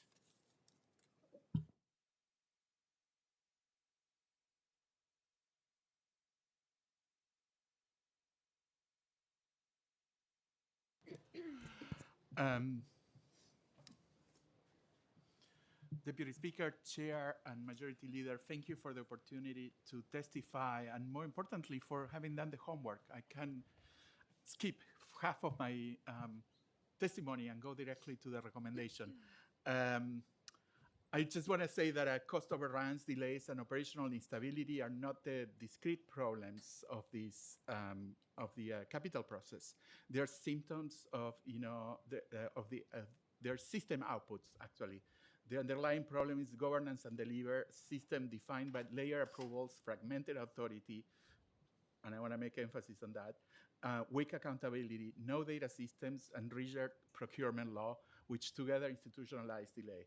And then delays drive the cost of instability. As a side note, I'm surprised that OMB and to a certain extent that the law department are not here or even mentioned in the context of the capital process. The folks here at CAF did a report in 2017, I believe, and OMB's involvement in the process of capital could delay projects up to a year throughout the whole process, life of the project. Thank you for doing that report. I wanted to focus on nonprofits, and I'm not talking only about cultural organizations. I'm talking about nonprofits and libraries. And I don't have to tell you, that nonprofits are much more affected by these delays and these problems than the rest of the city capital projects.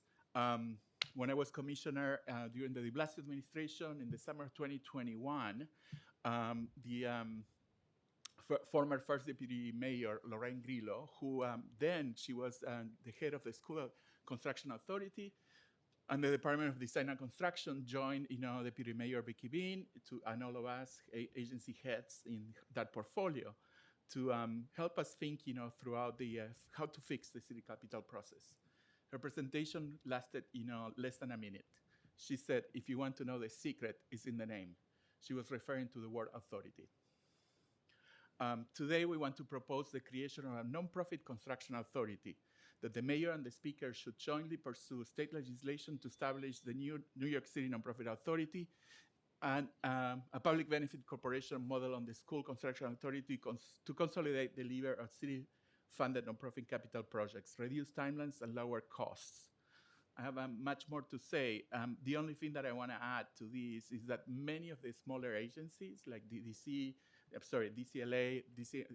DYCD, are usually told that they're not the clients in this process, including the nonprofits that they work with, and usually in the hierarchy of decisions of the city, they fell through the cracks.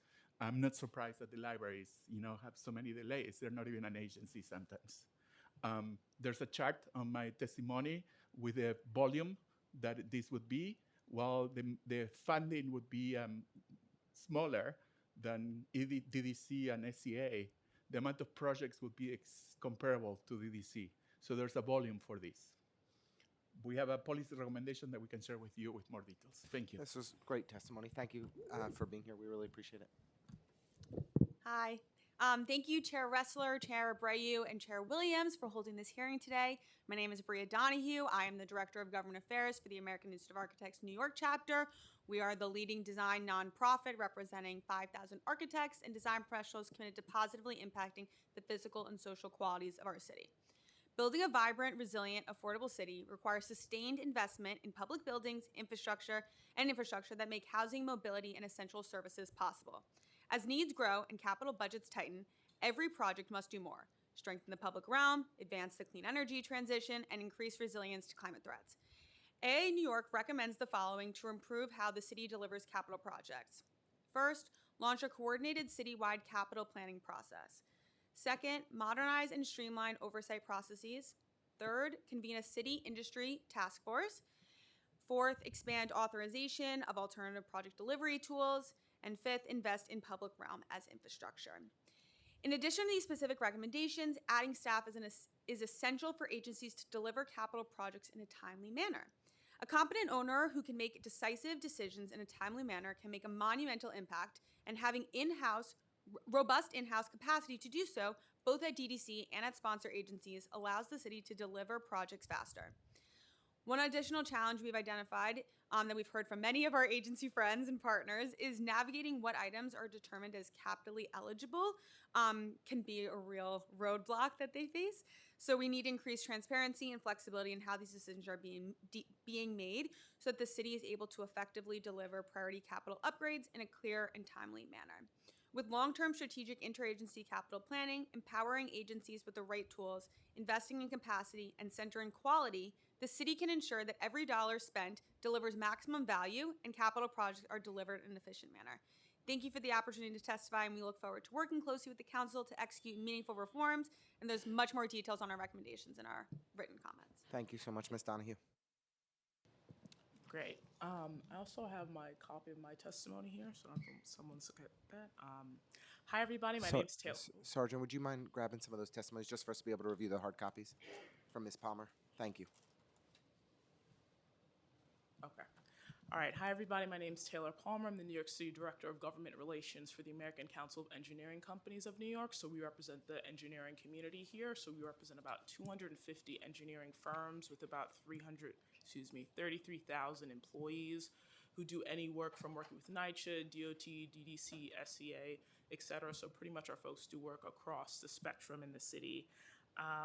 We strongly support the intent and spirit of both Intro 263 and Reso 264. The New York City is really in significant need of capital process reform. One of the things that we really encourage, we also sat on the task force with AI, is bringing that back. I know there was some criticism about maybe not enough work being done, but at the end of the day, we really need not only the council support, but really administration support to make sure the things that we want to do can actually get done. There was a lot of momentum there, and we don't need to go over what happened with the last admin, but some of that momentum was lost. But I think many of us at the table would be willing to come back and really help to push those things forward. Some of the things that we recommended, streamlining RFP timelines, when things are letting our folks know when things are actually going to be introduced to the public so they can bid. Subcontractor approval, sometimes if somebody's doing work on a job already, the city requires them then to go through additional screening, even though they're already doing work for the city. And then also contract negotiation. Sometimes that can take upwards of 6 months to a year. That shouldn't happen. Any negotiation should be happening within 60 days, and then contracts in 30 days. Thank you.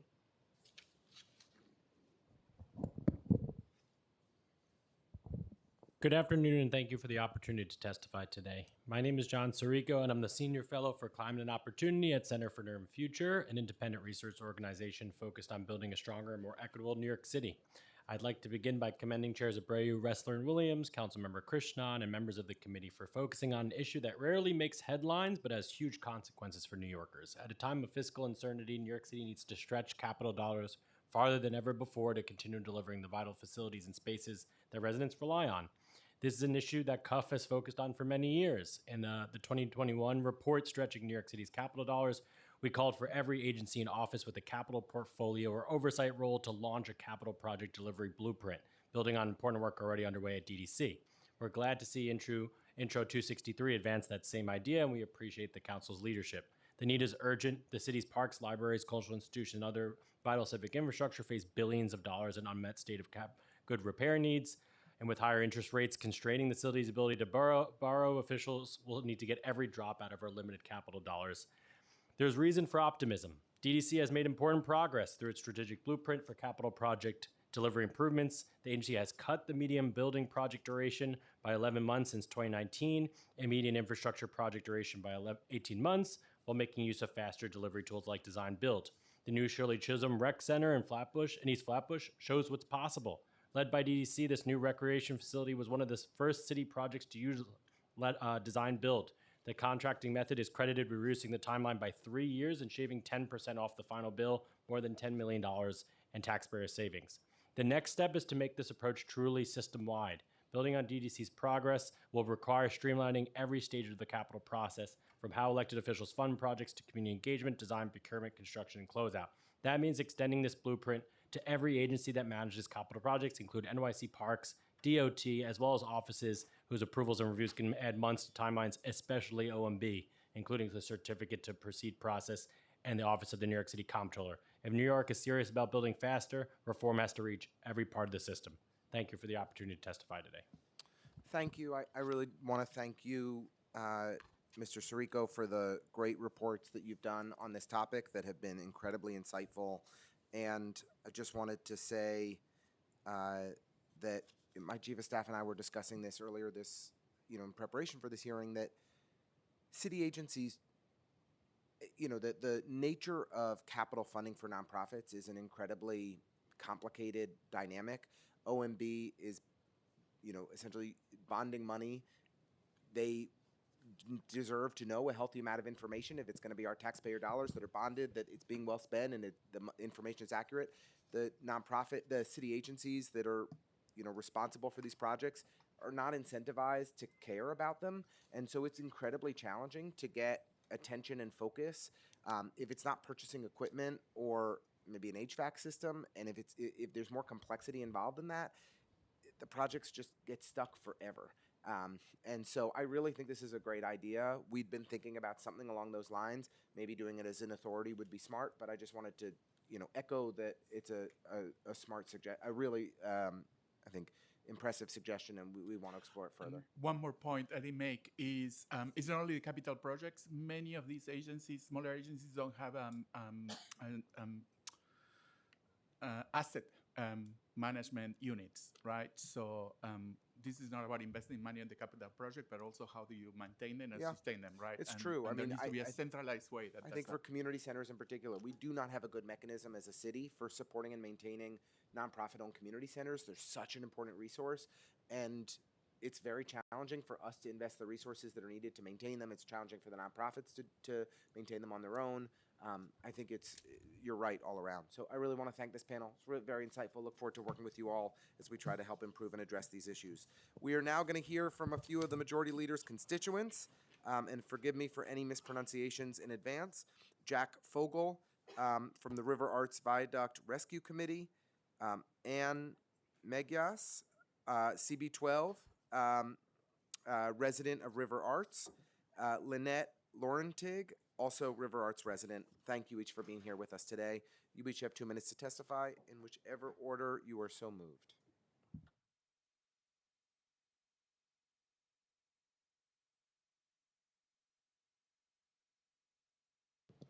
Good afternoon. Thank you for the invitation.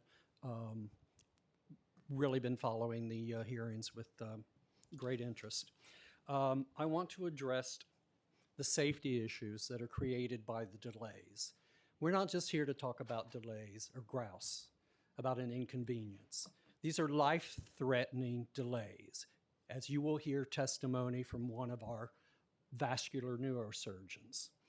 And the problem is DOT claims that they've made accommodations for EMS and FDNY. They, as recently as this morning, they put out another notice citing the accommodations. These accommodations are fiction, they don't work. They look good on paper, but they totally do not work. And I am documenting testimony to that effect. That's what I'm going to read my statement. Because River Arts, it's a block-long property with 3 addresses at 158th Street, 159th Street, and 160th Street. And the viaduct and the building is on an elevated hill, so 158.18 is 3 levels lower than 159.34. It's relevant to access. The designated EMS lane that EMS has put on the map is south of the entrance of 158-18. Therefore, for residents at 159.00 and 159.34, street access is still blocked. There's a designated emergency access lane at 158th Street, but that doesn't help if you live at 159.00 where I do, or 159.34 where Ann does. There is 1 fire hydrant on the sidewalk at 158.18 that is accessible to FDNY. The other 2 fire hydrants at 159.00 and 34, the sidewalk is blocked from the street by the concrete barriers. When I spoke to the commander of our local fire station, I told him about DOT's claims that in an emergency, FDNY can get over the concrete barriers. He said, quote, "Whoever told you that is an idiot." I can also document 4 911 calls that were made for stroke, heart attack, and medical emergencies that were made by residents of our building, and the ambulances could not find the quote-unquote designated emergency lane at 158.18. They either left or circled until I physically ran out into the street and flagged them down and had to explain to them why they can't find where they're supposed to go. Yeah. Sir, I really, I don't mean to interrupt, but if you wouldn't mind wrapping up your testimony, we'd appreciate it. Please? That's it? No, if you could wrap up your testimony, we would appreciate it. Okay, that's it. Okay. Anyway, so the ambulance cannot see these lanes hidden by the construction interests. The designated access lanes are pure fiction, and that's it. Great. It Thank just, you know, it's never been stress tested by DOT, but DOT continues to insist, and you'll hear the rest of the testimony to that. Somebody's going to die. And unless somebody's chasing ambulances in the street, literally, physically. We appreciate your testimony. Thank you, ma'am. Good afternoon, everyone. Just turn on the mic. Good afternoon, everyone. My name is Lynette Lortig, and I'm the co-founder of the River Arts Viaduct Project Rescue Committee. I co-founded this committee due to an experience that I had outside the River Arts building, which I will be brief and explain. I was in the lobby of my building when a group of EMS workers came in looking very frustrated, confounded, and upset. They had been trying to get into our building for at least 15 minutes, could not find or access the entrance because of a call that somebody had made from a partner of someone who was having a heart attack. Once they got into the building, they found their way quickly to the apartment. But again, I'm talking about the same situation that Jack technically explained, but I'm giving you my experience personally about this. I had just retired from working for the city for 25 years and was looking forward to spending time with my grandchildren until I realized that the work had stopped at our building and there was no contractor, nothing was happening, no progress, and so I decided to start this committee. I'd like to talk about the numbers of residents we're talking about here amongst the three buildings. In River Arts, we have 500 residents. 60% are over the age of 60. So you can imagine how many times EMS gets called. River Terrace, right next to us, has 2,500 residents, and the James has 500. We're looking at this project affecting 3,500 residents alone. The impact to these residents are serious and extensive, from delays in EMS, as we have said, to residents who actually have limited mobility and have to climb 3 flights of stairs to exit the building. Honestly, I believe that we have been lucky so far. Very lucky. It's been 7 years, but we're running out of luck, and people need to recognize that, or this is going to blow up. Trust me. Thank you very much. Thank you for your testimony. Yeah. Thank you for the opportunity to testify here today. Thank you to all the council members, and especially to Majority Leader Abreu for generating this opportunity. As you heard from Jack and Lynette, one of the complications here of this stalled project is a life and safety issue. Plain and simple, it's a life and safety issue. What I'm afraid of is that the DOT or Judd Law will try and fix the life and safety issue and ignore the larger project, the issue completing the job. We have, my lens is through the Community Board 12 for my position there as a member. For the last year, I've only been on the Community Board for a year, but for the last year, I have been listening to the representative of the DOT show up at the traffic and transportation meetings, and to every answer is, speaking of things, Chair Ressler, that piss you off, this pisses me off. Here are his answers to our pointed questions. Well, that's an ongoing conversation. I'll have that answer for you next month. I'll let you know. I'll share this with my colleagues, and especially, thank you for letting me know. And that was in response to a very simple question about the existence of the status of the job as it was. There's no reason in the world that he wouldn't have known that. Oh my God. I have a statement from Dr. Eliza Miller, who is a vascular neurologist, a stroke doctor, who, and it'll be submitted to the record, but there's just very quickly, we put together from the community board an 8-page document saying, just open up this section in front of River Arts. It'll obviate the need to jerry-rig the emergency access. It's completed in front of River Arts. There's 490 feet that are completed. All they have to do is stripe it and open it up. It's in the hands of the DOT. It's been there through Councilman Abreu's office since the middle of March, and we have not heard a peep from them since then. It's a simple answer to a complicated question, and I look forward to hearing from them. Thank you so much. Well, And that I really- document will be submitted to you as well. I just want to thank you all for each of you for taking the time to speak with us today, share your expertise, highlight this issue. I think with your advocacy and the majority leader's advocacy, we clearly got it on the radar today of the senior people at DDC and DOT, and with a new administration that's much more ethical and competent and responsive, I think we're hopeful that we'll see real results and improvement, because this is clearly an issue that needs immediate attention. So thank you all. We really And appreciate the, it. the statement by our vascular surgeon is really important. It needs to be, I don't know if you have time for it, but. We appreciate it very much. We'll take a look. It'll be in the record. Thank you. Thank you guys for coming. I'll see you around. We will move to some cultural institutions. David Lowy from Brooklyn Academy of Music. Hopefully you'll get completed in time for the gala tonight.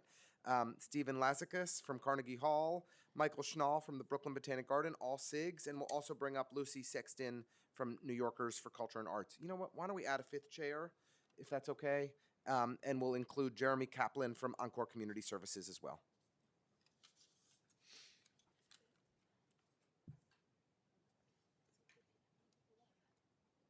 I think they all stayed. There wasn't that many people that signed up to testify. So we're almost done. We'll be out of here in 20 minutes. Feel free to testify in whatever order you all are so moved.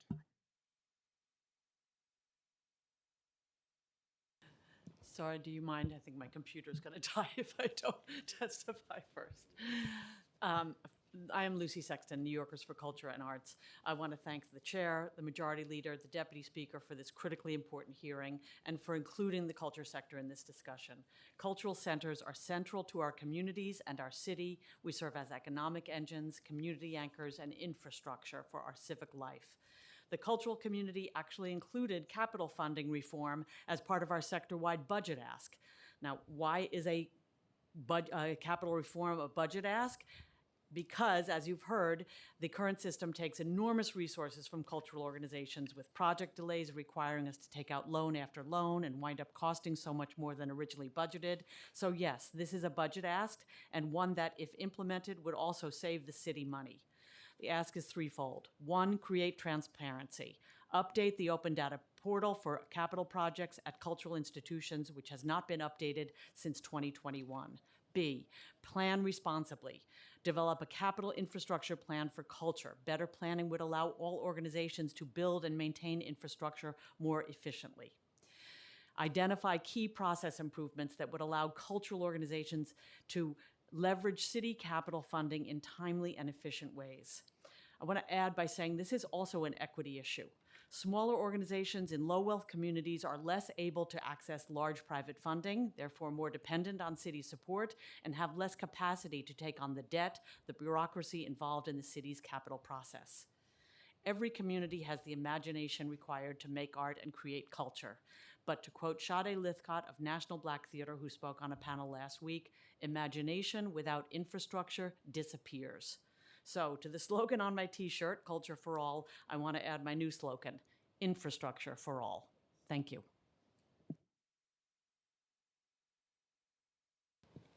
Good afternoon. My name is Mike Schnall. I'm the Director of Government and Community Affairs at Brooklyn Botanic Garden. I'm just going to cut to the chase. BBG experiences, our experience with the city capital process is all too familiar to many of our fellow cultural institutions.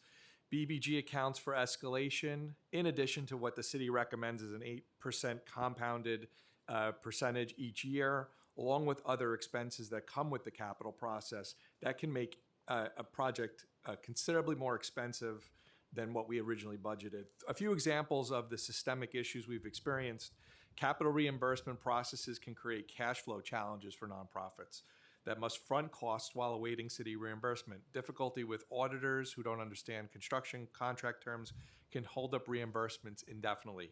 2, coordination between city agents can be inconsistent, creating duplicative review processes and unclear accountability. For example, a DDC project manager sometimes asks for modifications to standardized forms, which can put the process on hold. And lastly, small and mid-sized organizations, like Lucy said, often lack the administrative capacity to navigate the highly technical and lengthy capital process, limiting equitable access to city capital funds. BBG often has to work with outside cost consultants to help with the heavy lift of grant administration, which the organization would otherwise be unable to handle internally. In summary, the CIGs are just asking, as the stewards of some of the New York's most treasured public assets, these capital processes often make it extraordinarily difficult to maintain these facilities. And all we're really asking for is not less oversight, but in fact, clearer timelines, better coordination between the institutions and the city, allowing public projects to move at a pace our communities and our constituencies deserve. Thank you.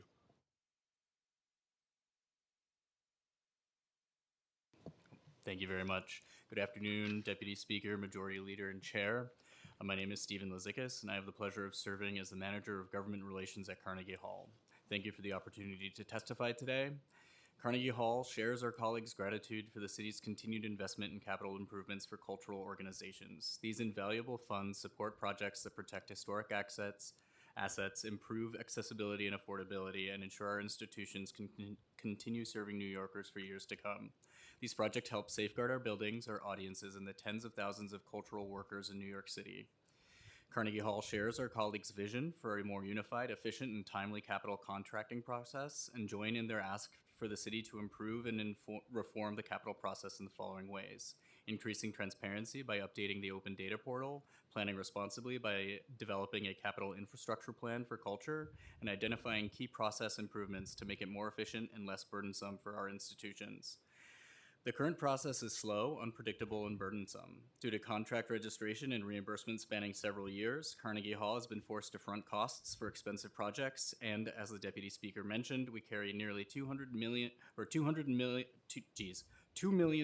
per year in interest alone while we wade through the CCG process on our current facade restoration project. For example, also our DDC elevator modernization project took nearly 6 years from appropriation to contract registration, and we could not receive final payment until August 2025, more than 7 years after the funds were appropriated.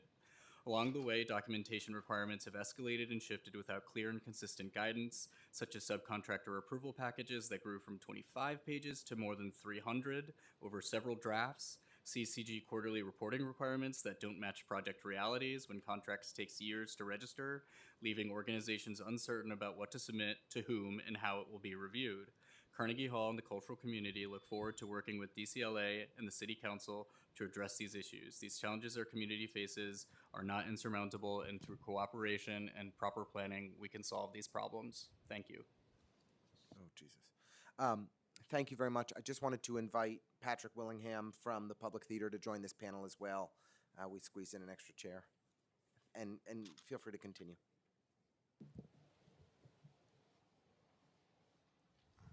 I want to say hello to Chair Ressler, Chair Abreu, Deputy Speaker Dr. Williams, and to the members of the community. My name is David Lowy Harris. I am the Director of Capital Projects at BAM. I'm relatively new to the position, all things considered. I want to thank you all personally for how clearly you have paid attention to what is going on, how you have informed yourselves about this, and how your questions reflect a real insight into what the issues are. For more than 160 years, BAM has served as a cultural anchor in Brooklyn, presenting theater and dance and music and film while operating a campus of historic theaters and cinemas. Like many other nonprofit cultural institutions in New York City, we're responsible not only for our artistic programming, but for the stewardship of these city-owned facilities that must be continuously maintained, modernized, and made accessible to the public.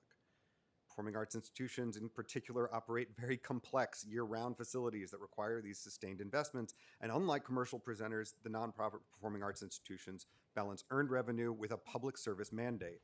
Beyond presenting a season of performances, we serve as rehearsal hubs, education sites, gathering spaces, and economic drivers for the surrounding small businesses. And without reliable public investment, that broad portfolio of services becomes increasingly difficult to sustain. For cultural institution group members like BAM, the city's capital process plays a regular and essential role in maintaining these spaces, and we are grateful and appreciative for the support of our city partners. At the same time, we have heard all day about just how difficult it becomes to attain, mobilize, and use the funds to the best benefit of our facilities. The project timelines are incredibly long, and just by virtue of their length, causing the cost escalation, the contracting delays, and it makes it difficult to even plan these specific projects responsibly and deliver timely upgrades to our facilities. As an immediate example of what we face, you have talked about the ability to use the pass-through process more effectively. There needs to be a consistency in the pass-through process that would allow us to have regular and meaningful planning around how these projects lay out. Very helpful. Thank you very much. Good afternoon, chairs. My name is Jeremy Kaplan. I'm the CEO of Encore Community Services, one of the city's largest contracted nonprofit providers for services for older adults. Among many programs at Encore, our home delivered meals and congregate meal programs serve about 800,000 meals to older adults annually. I'm here to advocate for Intro 280 put forward by Councilmember Linda Lee, a bill that, if passed, would have a direct effect on the infrastructural health of many nonprofit organizations. It's a $30 million investment to stabilize home delivered meal program, a system that is currently being kept afloat by a combination of nonprofit debt and private equity. We must address a fundamental inequity in how our city values nonprofits feeding its elders. For weekday meals, the city reimburses providers at $14.78. However, on the weekends, City Meals on Wheels, whose current capacity only allows for a $10 reimbursement. That difference alone causes a funding deficit for Encore of $550,000 annually. This creates a fundraising trap for us because while we deeply value the role that City Meals plays in our city, their high-profile brand dominates the philanthropic space for senior nutrition. If passed, Intro 280 would do the following. It would help us repair our infrastructural needs. Currently, there is extremely minimal budget for kitchen or truck repairs funded through NYC Aging. At Encore, we waited over 3 years for a new hotshot van that was awarded to us by the City Council and contracted through DDC. It took 3 years to get the contract registered and to get the van on the street delivering meals. The city expects nonprofits to deliver millions of meals a year without providing the funds to fix the ovens or cook them. Intro 280 would afford our organizations the resources to make much needed infrastructure and repairs without ever even having to go through the protracted DDC process. We urge you to consider Intro 280. It would be a huge, huge support to older New Yorkers throughout the city. Thank you so much, Mr. Willingham. Good afternoon, chairs and Deputy Speaker. Clearly, I was so excited to attend this hearing that I completely forgot to sign in. So, thank you for letting me speak. Thanks for the opportunity to testify today. I am Patrick Willingham, Executive Director of the New York Shakespeare Festival, doing business as the Public Theater. At the outset, I want to acknowledge something fundamental and worth celebrating. New York City has created a program through which nonprofit organizations, particularly members of the Cultural Institutions Group, are entrusted to steward city-owned property and receive capital funding to maintain public buildings, preserve civic access, and connect New Yorkers to their history and the extraordinary breadth of cultural offerings across the 5 boroughs. As Executive Director of the Public Theater, I was honored to lead the $85 million renovation of the Delacorte Theater, supported by more than $42 million in city funds and an equal amount in private philanthropy. It was a self-managed pass-through project with reimbursement through DDC. This partnership is one of New York City's great strengths, but despite many dedicated public servants working hard to help organizations navigate the process, the bureaucracy and inefficiency of the current capital system are hampering the ability of both government and nonprofit partners to deliver projects effectively.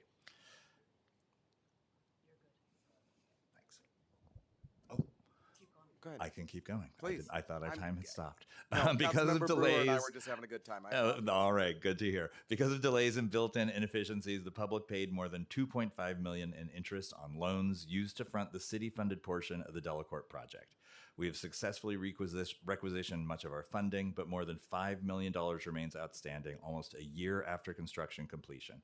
Those private dollars spent on interest could have supported additional capital needs or free public programming. It's based on this experience that I'm asking the City Council to partner with capital funding recipients to convene the relevant parties, including DCLA, DDC, MOX, and OMB, to identify unnecessary bureaucracy, such as months-long RFAS reviews, one-at-a-time submission rules, duplicative handoffs, outdated templates, and repeated non-substantive edits. Thanks for your time and consideration. Do you want to offer a comment? Yeah, no questions, but we will continue to have more conversation. And I was excited that the commissioner himself suggested a roundtable. So I do look forward to convening that roundtable with DDC and the respective agencies that you also listed. So thank you so much, as always, for your insight and expertise in helping us think through these problems to find solutions. And I will be at the BAM Gala, so please tell my friends there that I'm going to be late because I know it has practically started in 15 minutes, but I'm here. And just want to thank this panel. We really appreciate your insights, and I'm excited to visit the Delacorte. I haven't been since the renovation, so hopefully we'll be there soon. But thank you all for your great work and your commitment and contributions to our cultural community. It makes an enormous difference. So thank you for being here today. We have one final person testifying. That is Raul Rivera, who requires no introduction. Something like that. And I would like to acknowledge that Councilmember Brewer is back with us. We missed her, but we're happy to have her to close out this hearing. Raul, you have 2 minutes. Enjoy.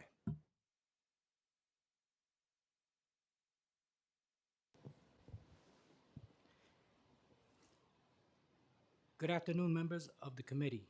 I am here today in response to the concerns raised in the letter from Councilmember Sean Abreu regarding the rideshare platform InPower and its continued operation outside the rules established by the New York City Tax and Museum Commission. Councilmember Wang, we are asking for your leadership on 2 urgent matters. First, we urge you to engage directly with Apple Inc. and Google LLC to review InPower's availability on their App Store. If a company is operating outside New York City's regulatory framework, it should not be allowed to continue distributing its service unchecked.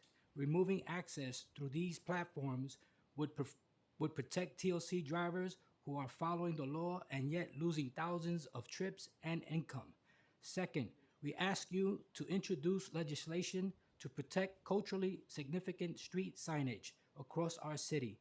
As reported by CBS News in the headlines, removal of Avenue of Puerto Rico street sign in Brooklyn sparked outrage. The 2023 situation in Bushwick made clear how deeply these signs matter. The community rallied around the preservation of Graham Avenue, known to many as the Avenue of Puerto Rico, because these signage represent heritage, identity, and decades of history for Puerto Rican New Yorkers. We ask you to ensure that what happened then cannot happen again, that cultural designations are respected, preserved, and protected through clear law. I am requesting a meeting with your office to discuss further details. Finally, today, Mayor Zohran Mamdani laid a wreath at the 9/11 Memorial and is friends with Hassan Piker, who said America deserved 9/11. Thank you so much. Thank you very much. We're now going to transition to people on Zoom. This panel includes for virtual. So once your name is called, member staff will unmute you, and the Sergeant of Arms will set the timer and give you the go-ahead. Please wait for the sergeant to announce you may begin before delivering your testimony. First up, my dear friend, Chinita Pointer. You may begin. Okay. We can hear you. Good afternoon. Hi, Good Chinita. afternoon. Yes, Go ahead. I am. Good afternoon, Chair Ressler, Chair Abreu, and Chair Williams, and members of the committees. My name is Chinita Pointer, and I am the CEO and president of the Noel Pointer Foundation. For over 30 years, we've provided affordable, high-quality string music education to more than 39,000 young people across New York City, primarily serving students from historically underserved communities. Since 2019, our organization has received approximately $13 million in city capital funding to transform the long vacant DeGraw Firehouse in Cobble Hill into a state-of-the-art music education center. This project is in partnership with the Department of Cultural Affairs and the Department of Design and Construction.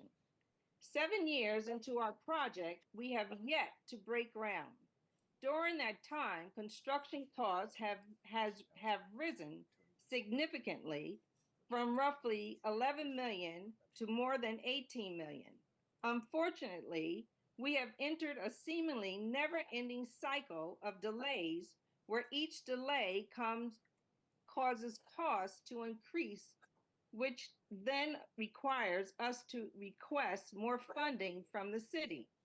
Every year of delay means fewer students served and fewer opportunities for the families and young people who rely on us.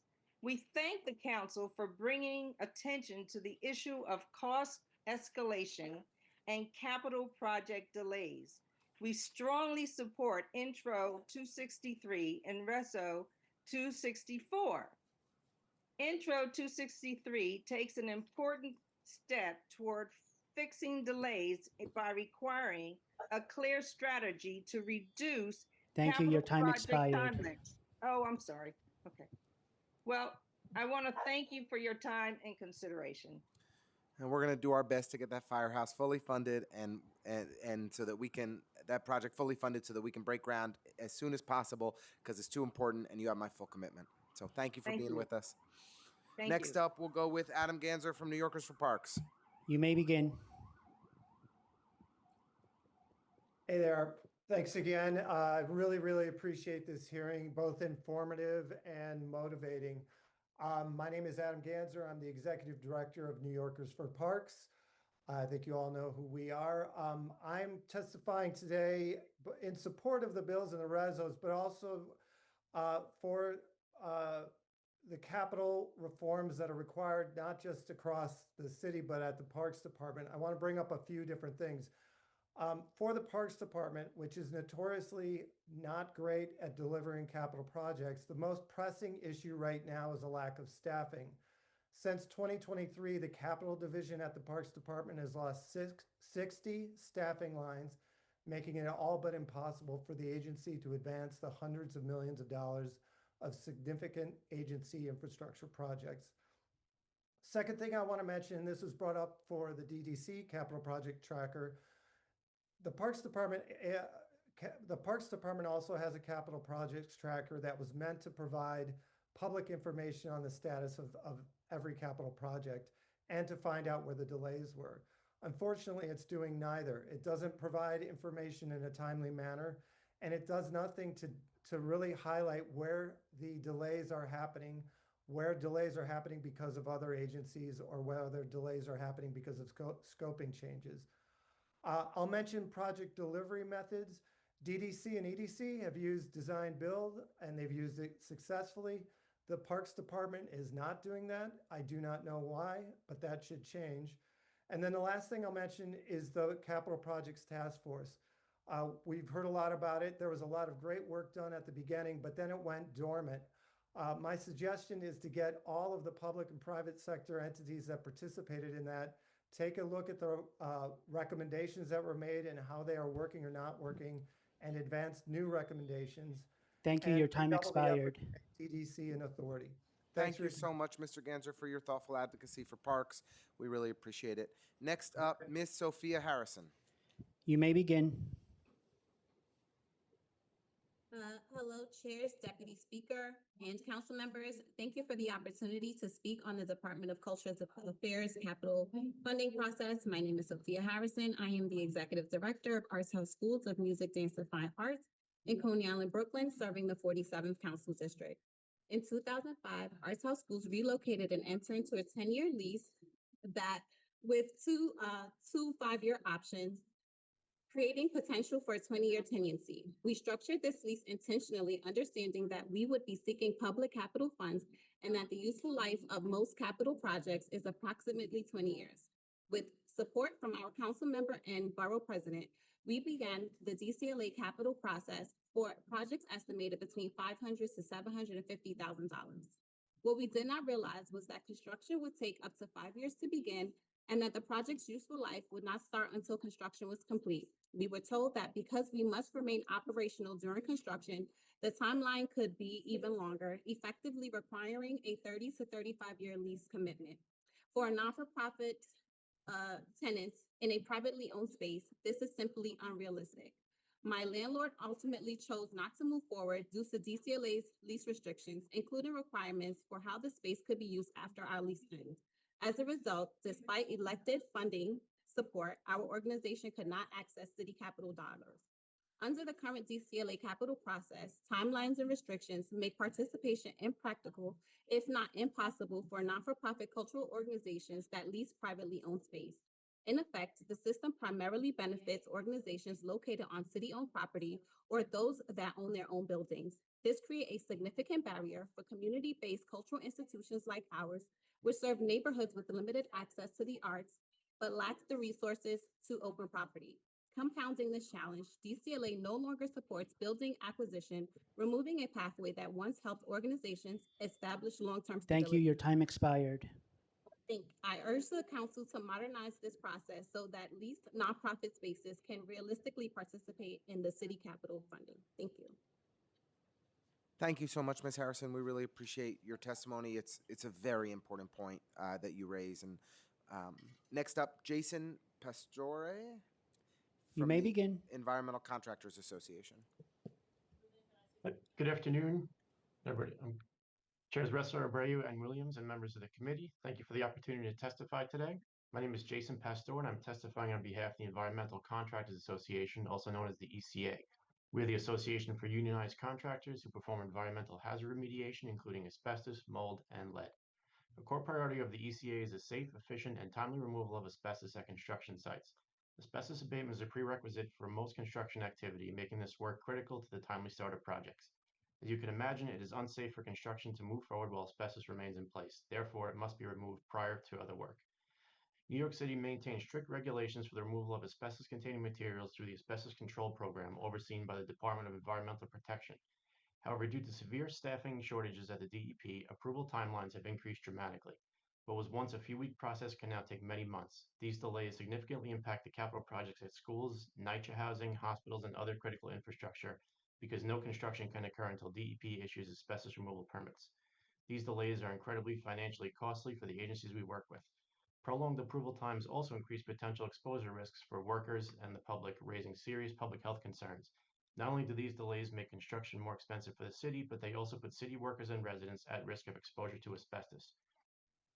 Furthermore, the lengthy review process is rarely due to safety concerns with plans. In fact, most delays are due to technicalities and not deviations from regulations. We are rarely asking to perform work that has not already been specifically regulated by the DEP. To address this issue, the ECA has been working with Councilmember De La Rosa and the City Council Legislative Division to develop legislation that would allow for the use of professional certification, also known as ProCert or self-certification, for asbestos approvals. Professional certification is already used in areas across the city. It would allow contractors to remove asbestos without having to wait many months for DEP approvals. Importantly, this approach maintains strong safety safeguards. All asbestos abatement work would include audits of forms, maintain third-party air monitoring, and ensure DEP retains Thank you. full Your time authority. expired. Thank you. Thank you so much for that great testimony. Incredibly helpful. Next up, our final person from the day is Fabian Derawiecki. I think I butchered that, and I apologize, Fabian. From Local 785. I'm blaming Johari's handwriting here. You may begin. 78. No worries. It's Fabian Derawiecki and it's Local 78. And thank you for the opportunity to speak today about the construction and contracting delays. My name is Fabian Derawiecki. I'm here on behalf of Local 78, Asbestos, Lead, and Hazardous Waste Laborers Union. Our members are on the ground performing hazardous material remediation work, handling asbestos, lead, and mold removal across construction sites throughout New York City. For us, one issue consistently stands out. Asbestos abatement is often the first step in any construction project, and when that step is delayed, everything else is pushed back with it. The city has a strong regulatory framework in place through the Department of Environmental Protection Asbestos Control Program, but in practice, the process has slowed significantly. Due to the staffing shortages at DEP, approvals that once took a matter of weeks now are now stretching into months. This delays stall projects at public schools, public housing developments, hospitals, and other essential facilities, because no construction activity can begin without the required permits. The result is higher costs and prolonged timelines across the board. From our perspective, these delays also carry real safety implications. The longer asbestos remains in place, the longer workers and nearby residents face potential exposure. That is a serious public health concern, particularly in communities like Nycc, developments where residents are already vulnerable. It is important to note that these holdups are rarely about unsafe and inadequate plans. In most cases, contractors are submitting work plans that already comply with DEP established rules. The delays tend to come from administrative bottlenecks and technical reviews issues, not from safety problems. To help address this, Local 78 has been working with Council Member De La Rosa and Council Legislative Division on the proposal to allow for professional certification, also called ProCert, in the asbestos permitting process. This approach would enable qualified professionals to certify their own plans and move forward without waiting months for formal approvals. We believe that this practical solution would help keep projects on track, reduce unnecessary costs, and better protect Thank you. both Your time workers and public. expired. Thank you. We greatly appreciate the testimony from Local 78. It is really helpful as we move forward with trying to improve the capital project delivery system and in our conversations with DDC. I'd like to turn it over to Councilmember Brewer for a comment. Thank you very much. I just, in terms of the woman who has a rental in a building, it's an ongoing problem because the city will take your walls first, and so they do not want somebody else to spend the money. What we've been able to do in some cases, if the building has a space that is just for you, you can become a co-op. We've been able to do it in certain churches and synagogues on the ground floor where that institution is their own nonprofit. You have to do a second nonprofit, and then you can spend the city capital money. Just something to think about for the future. Thank you. And I'll just add for a moment, you know, it was one of the many, many, many poor decisions from the previous administration was to prohibit cultural institutions from acquiring property that they could own. We want every nonprofit in New York City to have access to own property and be able to stably and affordably remain in our communities. One of the ways that we've gotten around that in District 33 is that nonprofit organizations have purchased the property via a loan, and then we've given money to reimburse the purchase, essentially covering the loan or the mortgage, which OMB has permitted, it's not directly going to the acquisition itself. So if and until when DCLA changes their policy, which I hope will happen in the very near future, that is an end around that we had identified for Ms. Harrison, in case that is helpful. With that, we're going to adjourn this hearing. I want to thank my co-chairs, Majority Leader Abreu, Deputy Speaker Williams, Councilmember Brewer. Always great to have you, and thank you to the staff who did a great job in preparing. Hope you all have a wonderful day, and thank you to the Sergeant of Arms for a complicated hearing. You guys did a great job. Thank you.